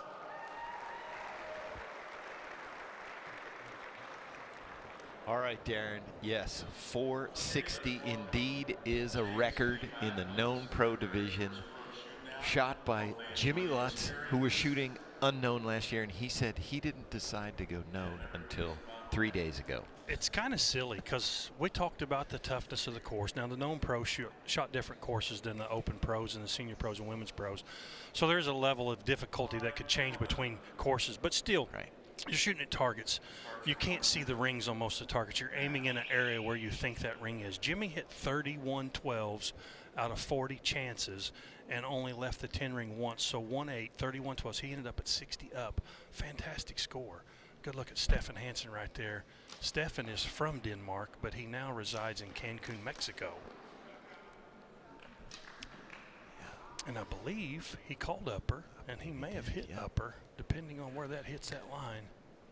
So Jimmy Lutz, it's exciting to see him out here shooting, succeeding in this game because he's primarily a target guy. He's a world champion. He's currently the reigning USA Archery Outdoor Target Champion, national champion. Yep. That's his main game, but obviously he can shoot 3Ds. That's awesome. His first time in known pro this year, and he shoots a record score. Yep, and 12's the first target. Why wouldn't he?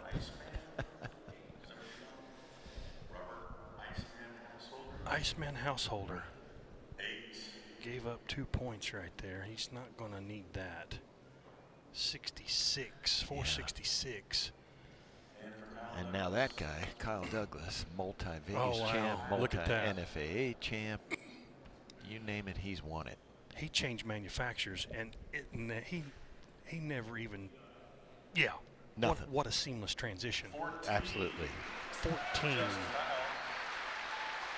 He is our known pro shooter of the year from 22, so. Moves him to 468. Stefan Hansen from someplace Nathan can't pronounce. Cancun, Mexico. That's where Stefan's from. That's where he's from. He changed bow manufacturers this year, did Stefan? Oh, wow. Our international traveler.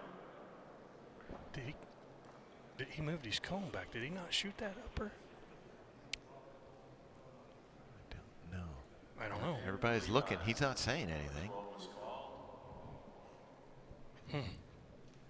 I thought he had that cone out there. I thought he did too. Levi called upper 12. That is close. Man. 12 points. So 62 for Hansen, 64 for Reitzma?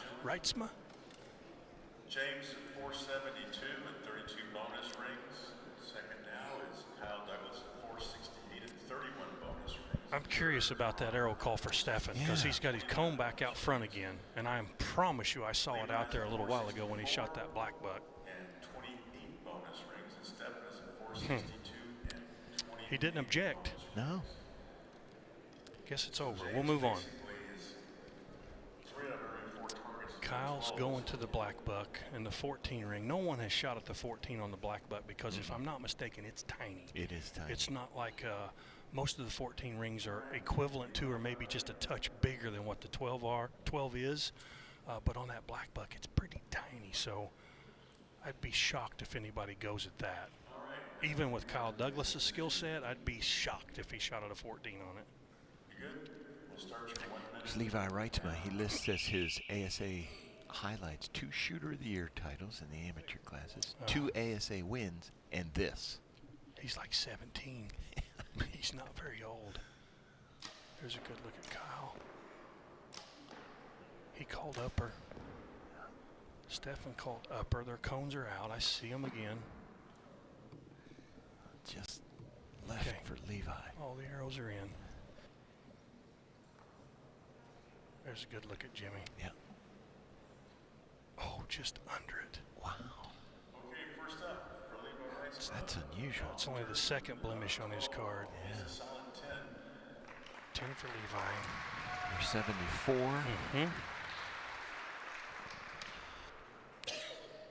Jimmy Lutz up next.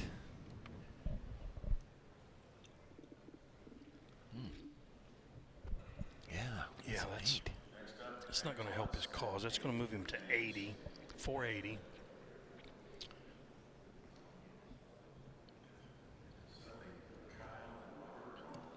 Yeah, that makes it interesting. And it looks like Robert went for the 14. There's a look at Robert. And he smoked it. Got it. That puts him at 480. 14. Wow. So for folks at home who are wondering about, I don't have those 3D targets to practice on. Robert Householder does not practice on 3D targets. He just shoots regular indoor targets, just bullseyes. He said he works on his shot. That's a 12. That is a 12. Yeah. That's another 480. Another 480. Wow, has this changed? So now we have a three-way tie for first place. We have James. 2 arrows in, 3 guys tied for first. James and Kyle have 32 bonus rings, and Robert is in third with 30. There's a 10 for Stephen Hansen. So Darren, we can talk about yardages now. Yes. So that coyote Stefan just shot at is 49 yards. So that is just off the max distance. Our turkey here, number 1, is 35 yards. Antelope is 45. The panther is 28, and the black buck is 42. Interesting. No wonder they're shooting at the 14 on that panther. Yeah. There's a good look at Mr. Kyle Douglas. Vegas champion, 3-time NFA indoor national champion, ASA Shooter of the Year. I'd hate to see what he's had to pay in taxes the past couple of years. He better have a good accountant. He probably does. Lots of write-offs. Yeah, yeah. He runs an archery shop. He Douglas does. Archery. Douglas there in Archery Utah. out there in Utah. That's right. Ogden, Utah, I believe it's in. Mr. Householder works at an archery shop, Yeah. so he knows his way around this stuff and can shoot one really well. Holds nice and steady. That's a 12. He called upper. Sure did. So look at Jimmy Lutz. These guys are hitting some rings. Oh, Jimmy looks high. Naked eye, he looks high. All right, let down for Levi. He's got 28 seconds. Wish I had my binoculars. I'm anticipating what this is, but I guess we'll find out in a minute. Levi's a good indoor shooter, too. Like I said, I think he's 17 years old. He's young. Uh-oh, we had a miss. He missed. He did. Oops, there it is in the curtain. Just something just went wrong there. Darn it. Hate to see that. Stefan went for the 14 and shot a 5. Boy, everybody came off the rails this time. 77 for Stefan. I hate that for Levi. I don't know if he was time clock weary on that one or what happened. There's a look at his shot. Oh, he shot up to 14. Over it. Wow. I hate that for him. He took it pretty well. Yeah. He could have misset his sight. He could have just had a little hiccup there at his shot and lifted his bow arm. Josh is going to have to pay a seamstress bill to fix the hole in that curtain now. Well, this one here is interesting. Jimmy shot. Oh, gosh. Wow. 5 points. Darn it, guys. Okay. This is quickly shaping up into a Kyle Yes, and it Robert is. show. We know Robert got the 12 on this one. There are only 2 bonus points behind Kyle and James. 12. Yeah. That's a good shot. It puts him at a 92. We talk a lot about, or I've talked a lot about everybody's release today. Thumb trigger, index finger, back tension. Some of these guys are shooting thumb buttons, and they finish the shot. They're command shooters. When their pin gets to the dot, gets to the spot, they touch it off. That's a good 12 there for Kyle. Puts him at a 92 as well. But they command shoot. We talk about Gillingham a lot, finishing the shot. The only downfall of that is get a nervy situation. You know, have to shoot a 12, have to shoot a 14. And I think we've seen that a little bit today. Jimmy's a command shooter, and he typically doesn't vary too much on those, but he missed that short target by quite a bit right there. And that's one downfall to that finishing a shot or command shooting, is sometimes the nerves can get you. I don't know if that's the case. I'm just making a statement there, but you do see that sometimes. Good look at Robert right there. Robert and Kyle are in the lead position with 492s each.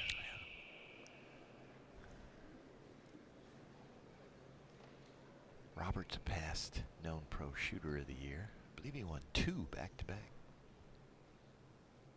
He's aiming that bow good. He changed manufacturers this year. That's a new bow for him this year. A lot of movement in the known pro guys. He called upper, hit the low 10. Here comes Jimmy. We may see Jimmy shoot at this 14. Yeah. He almost has to have one. Now watch this thumb. Yeah. Boom. No, he shot at a 12. Kyle shoots the same way. When his dot gets there, he touches that release off. Kyle got it. Yeah. Kyle's going to make him take it away from him now, isn't he? 12 points. 12. Golly, we broke the 500 mark here. 504. 504.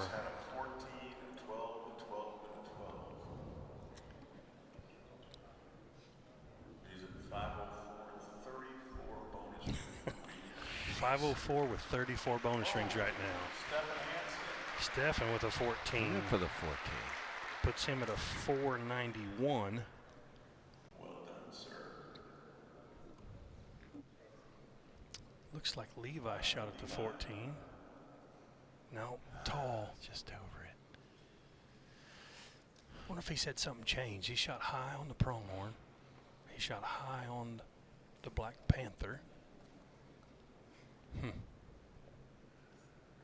5 points. Yeah.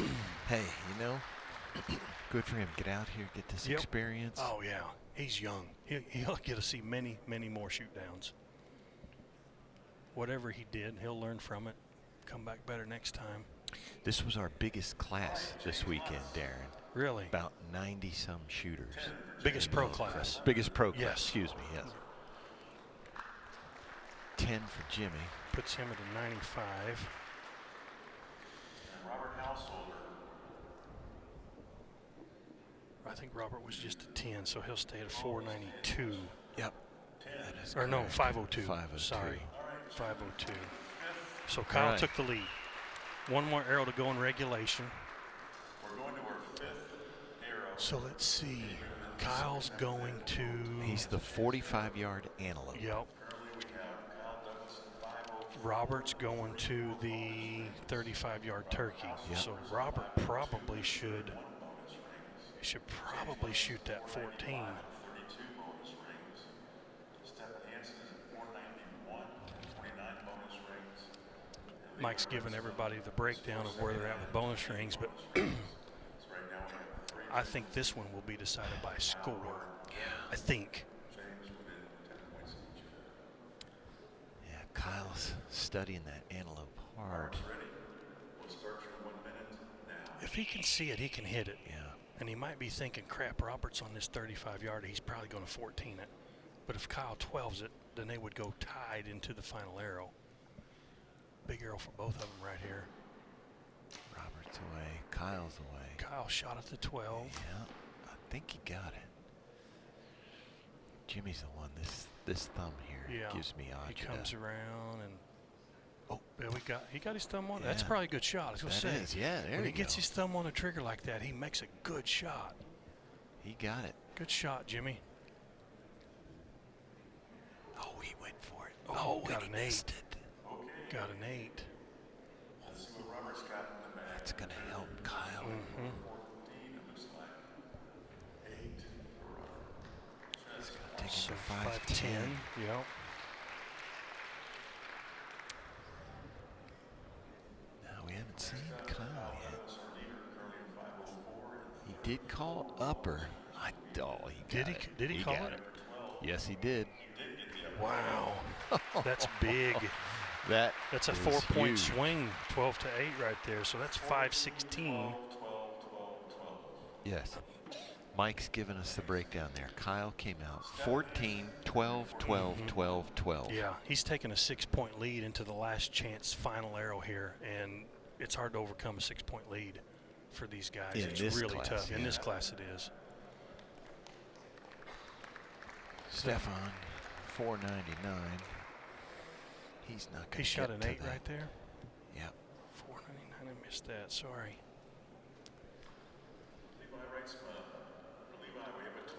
There you go, kid.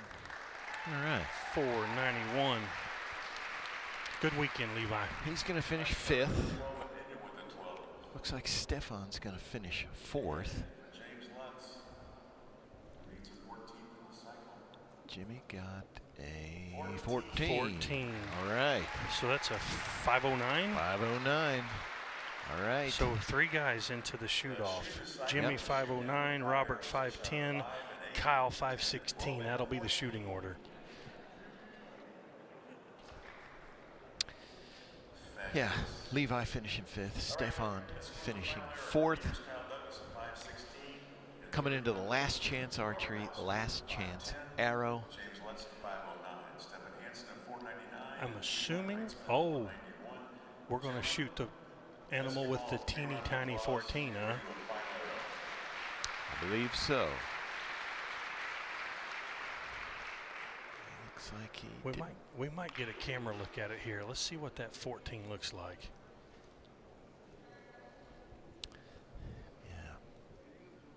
There's the head. There it is. It's tiny. Oh, look at that. Out yes. there. That is definitely smaller. And it's on the roll of the back there, so it's not a good flat surface. That's not a very big target to shoot at. No. You could add 2 yards and aim right at the white line, let it rise up into it. That puts the pressure on Jimmy, kind of. Yeah. I mean, only 1 point he's got between him nothing and to Kyle. lose, so No. actually it's not pressure. No, worst he's going to finish is 3rd. He's Yeah. already in 3rd, so. If he hits it, then we got pressure. If he shoots a 12, then he forces Robert to shoot a 12. If he shoots a 14, he forces Robert to shoot the 14. So whatever Jimmy does, Robert has to match him to keep 2nd place. Looks like Scott's moving him up. He should give us our distance here. And Kyle gets to figure out what he needs.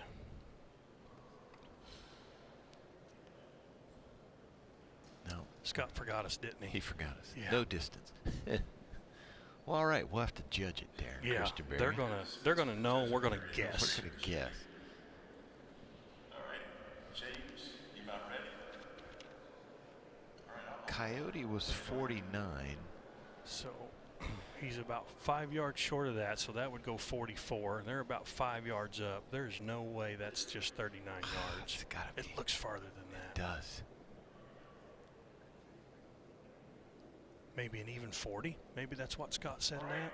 James, let's fire it up. I'm not sure.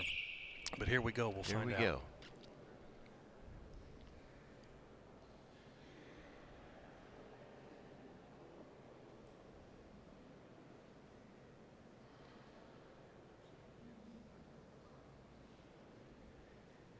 Make it a good one, kid.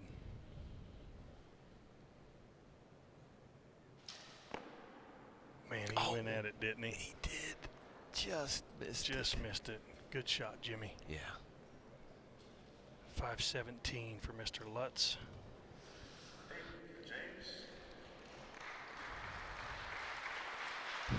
Boy, I know he's disappointed after Yep. setting a record Setting a score. record. Podium finish. This class is so tough. It is.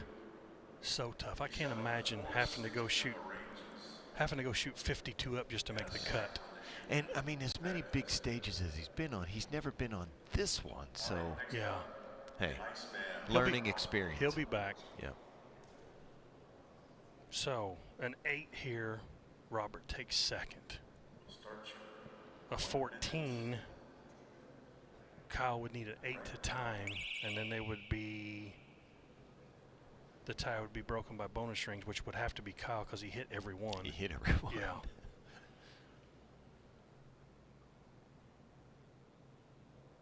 14 it. Oh, he got it. Got it. Oh, he got it. That's why they call him the Iceman. 2, 4. 14, Robert Halsey. Yeah. That's a good shot right there. Regardless of the distance, that tiny 14 up in that black, that's not an easy thing to do. Good shot, Robert Householder. You're 8 points behind. 8 points. Kyle needs a center 10. But you have a clean bonus ring round of 14, 12, 12, 12, 12. Mike Tyrell's trying to talk him into going for a bonus ring. Shoot the center 10, Kyle, Yeah. and go to the bank Monday morning and cash all those checks. This is an easy decision. Mike wants him to shoot at the 14. No.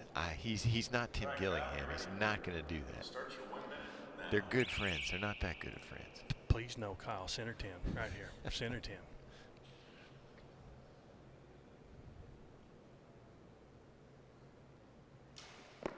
There we go. That's a center 10. That's what you do. Good shooting, kid. 526 points. Okay, that's a solid 10 for Kyle Douglas. That's an impressive round to come out and hit 5 bonus rings in a row and take. He took the win. He really did. Yeah. I mean, came in third place, 6 points back. Boom. ASA Hoyt, Easton. That is a good start to Kyle Douglas' season. Yeah. If you're going home tonight, That changing equipment can be scary.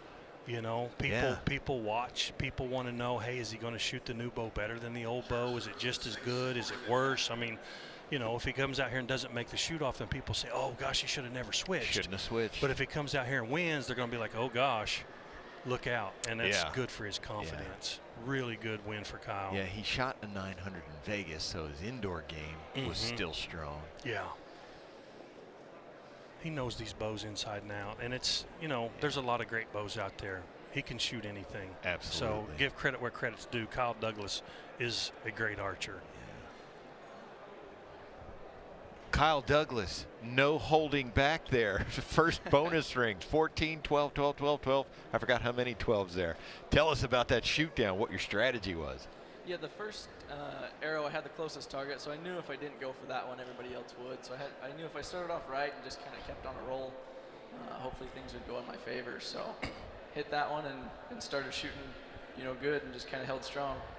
Kyle, the new bow transition seems to be going really well. You started off out here without a hiccup, and you took this tournament right there. I mean, you went out there and earned it. You shot fantastic.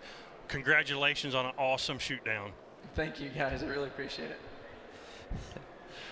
All right. Kyle Douglas is our known pro champion there. Darren, here is where we're going to be for the rest of the Mackenzie ASA Tour. We've got the Black Eagle Darton ASA coming up in Russell County. That's going to be April 1st. The Easton Hoyt at Camp Minden, Louisiana, 429. True Ball Pro-Am London, June 3rd. Matthews Pro-Am in Metropolis. That's going to be 7-1. And then we're going to wind up with the Mackenzie Classic, Coleman, Alabama, August 5th. It's going to be a great season, Darren. I'm looking forward to it. Looking forward to. Thanks for having me today, PJ. Looking forward to the next one. Absolutely, folks. Thank you for joining us. For Darren Christianberry, Nathan Brooks, I'm PJ Riley. That's going to do it for us here at the Hoyt Easton Pro-Am in Foley, Alabama. Thanks for joining us.